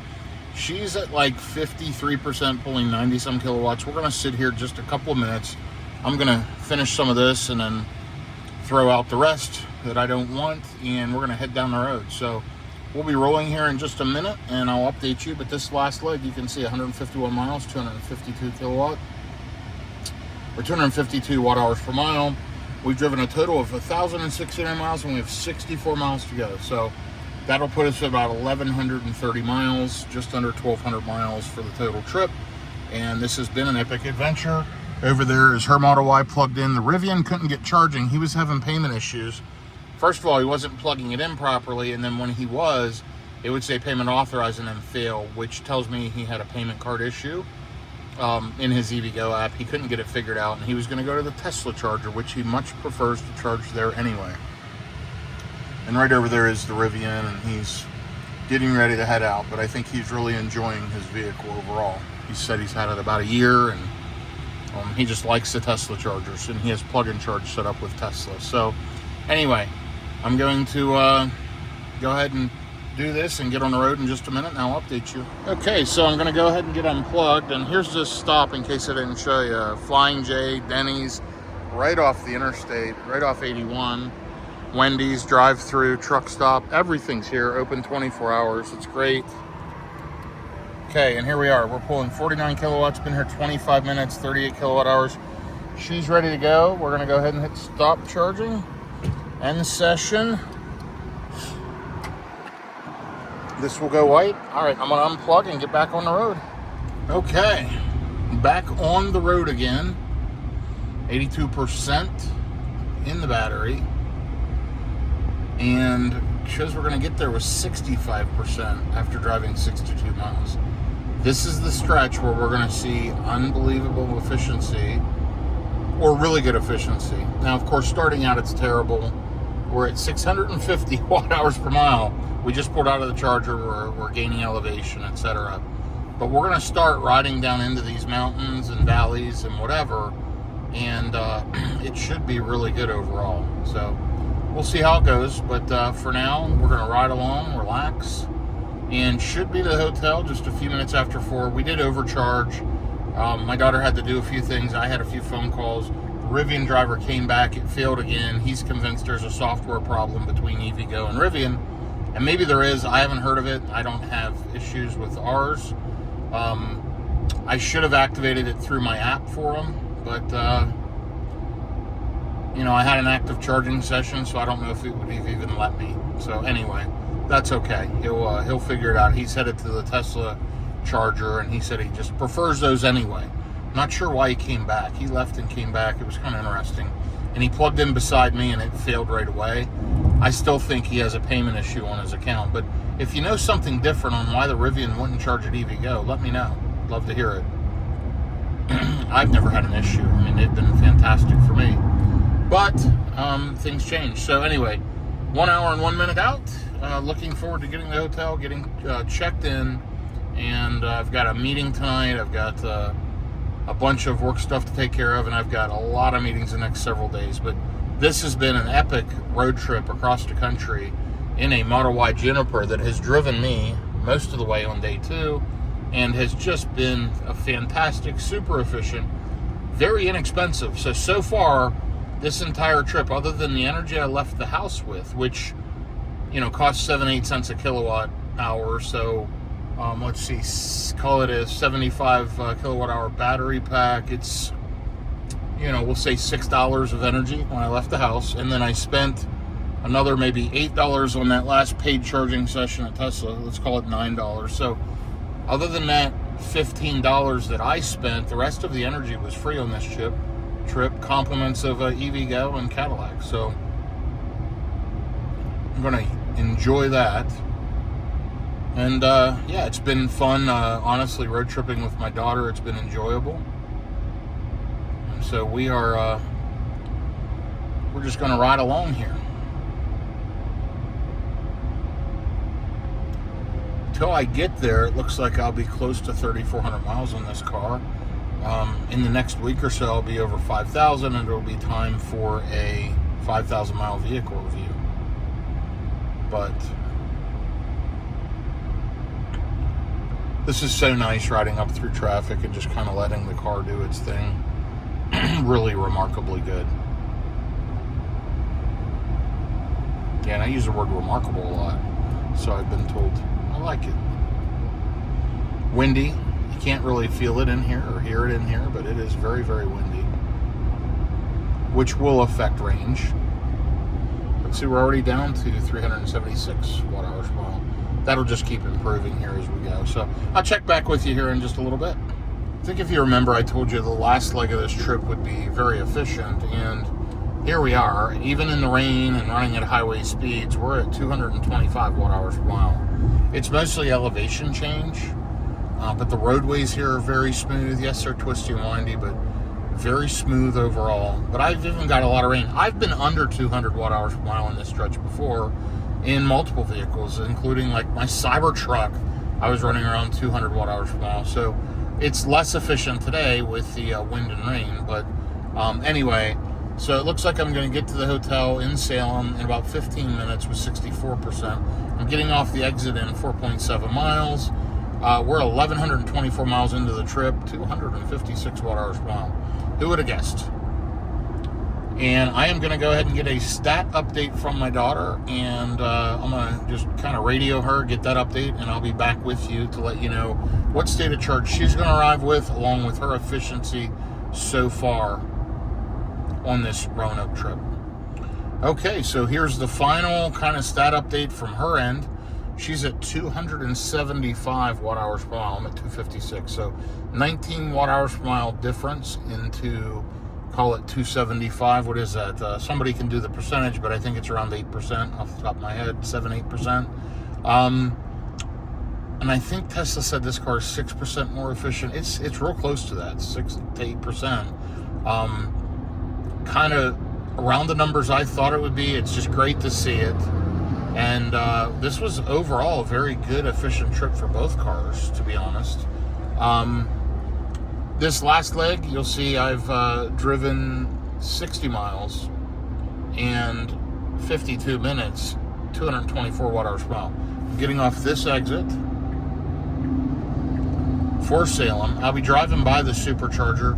She will arrive to the hotel right now, estimated 52%. I am really, really pleased with the Juniper and glad to see, how well it charges, that it, let me put it this way, I'm glad it didn't go backwards. I wish it would be better than the previous Model Ys, but thank goodness they didn't slide it backwards as they've done with some other vehicles. So at least they've maintained. That's a good thing. So going to arrive at the hotel at 4:04. I'll give you a final stat update from me, but her final numbers are 275 because it's not going to change really anything much in the next 5 miles, and she's got to get her dog situated and all that. But this is going to be the end of the road trip coming up. As I get to the hotel up here, we'll be wrapping up in just a couple of minutes.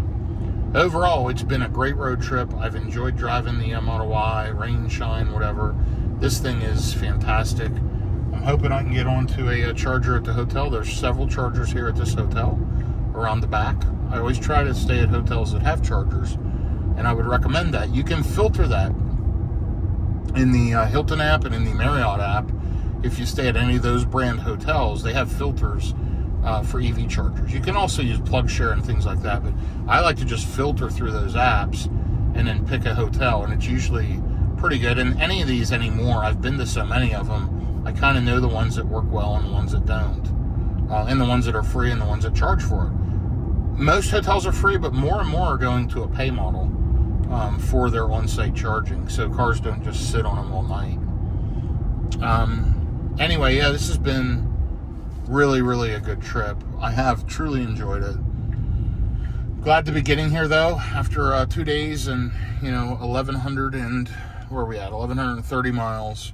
We're going to end up around 1,133. It's about time to take a break. So we're coming into the town of Salem now.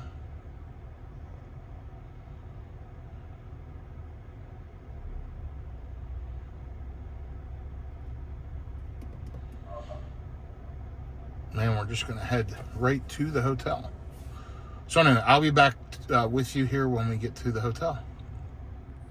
Okay, we are here at the hotel. I am backed into the EV parking, and here's last charge, 217 watt hours per mile, 64 miles. Total trip to Roanoke, Virginia, 1,134 miles, 255 watt hours per mile. Absolutely fantastic. Lifetime on the car, 3376, 266 watt hours per mile. Thanks for following along. We made it here at 4:05 as predicted. It's 77 degrees and raining. I appreciate it, and I'm going to go ahead and plug the car in, and then as I walk back out, I've got to go run some errands. I'll show you kind of where the cars are parked and where they're charging to wrap this up. But that is the end of this trip. Thanks again for following along, and I'll be back with you for the next video here in the very near future. Well, I had to go run some errands quickly before some stuff closed here in town. Stuff closes up around here early, so I didn't get a chance to show a video, but I may show that on a departure video or here in the next few days. But that hotel has a couple Tesla chargers, an old GE J1772. It's got multiple options. We were both able to get plugged in. I threw some quick juice on for 20-30 minutes, and then I've taken off to run errands. So all in all, it was a great trip, though. 1,134 miles, 256 watt hours per mile. Really incredible. A third of the miles on the car was on this one road trip, and I couldn't be happier. Love the Juniper. It is 6 to 8% more efficient. I'll call it 6 to 10% more efficient, depending on conditions. In real world, on highway road trips, this car does better. So great info to have, and a great car to drive. So again, follow along, like, subscribe, shoot me a comment. Have a great day, everyone. Until the next one. See you soon.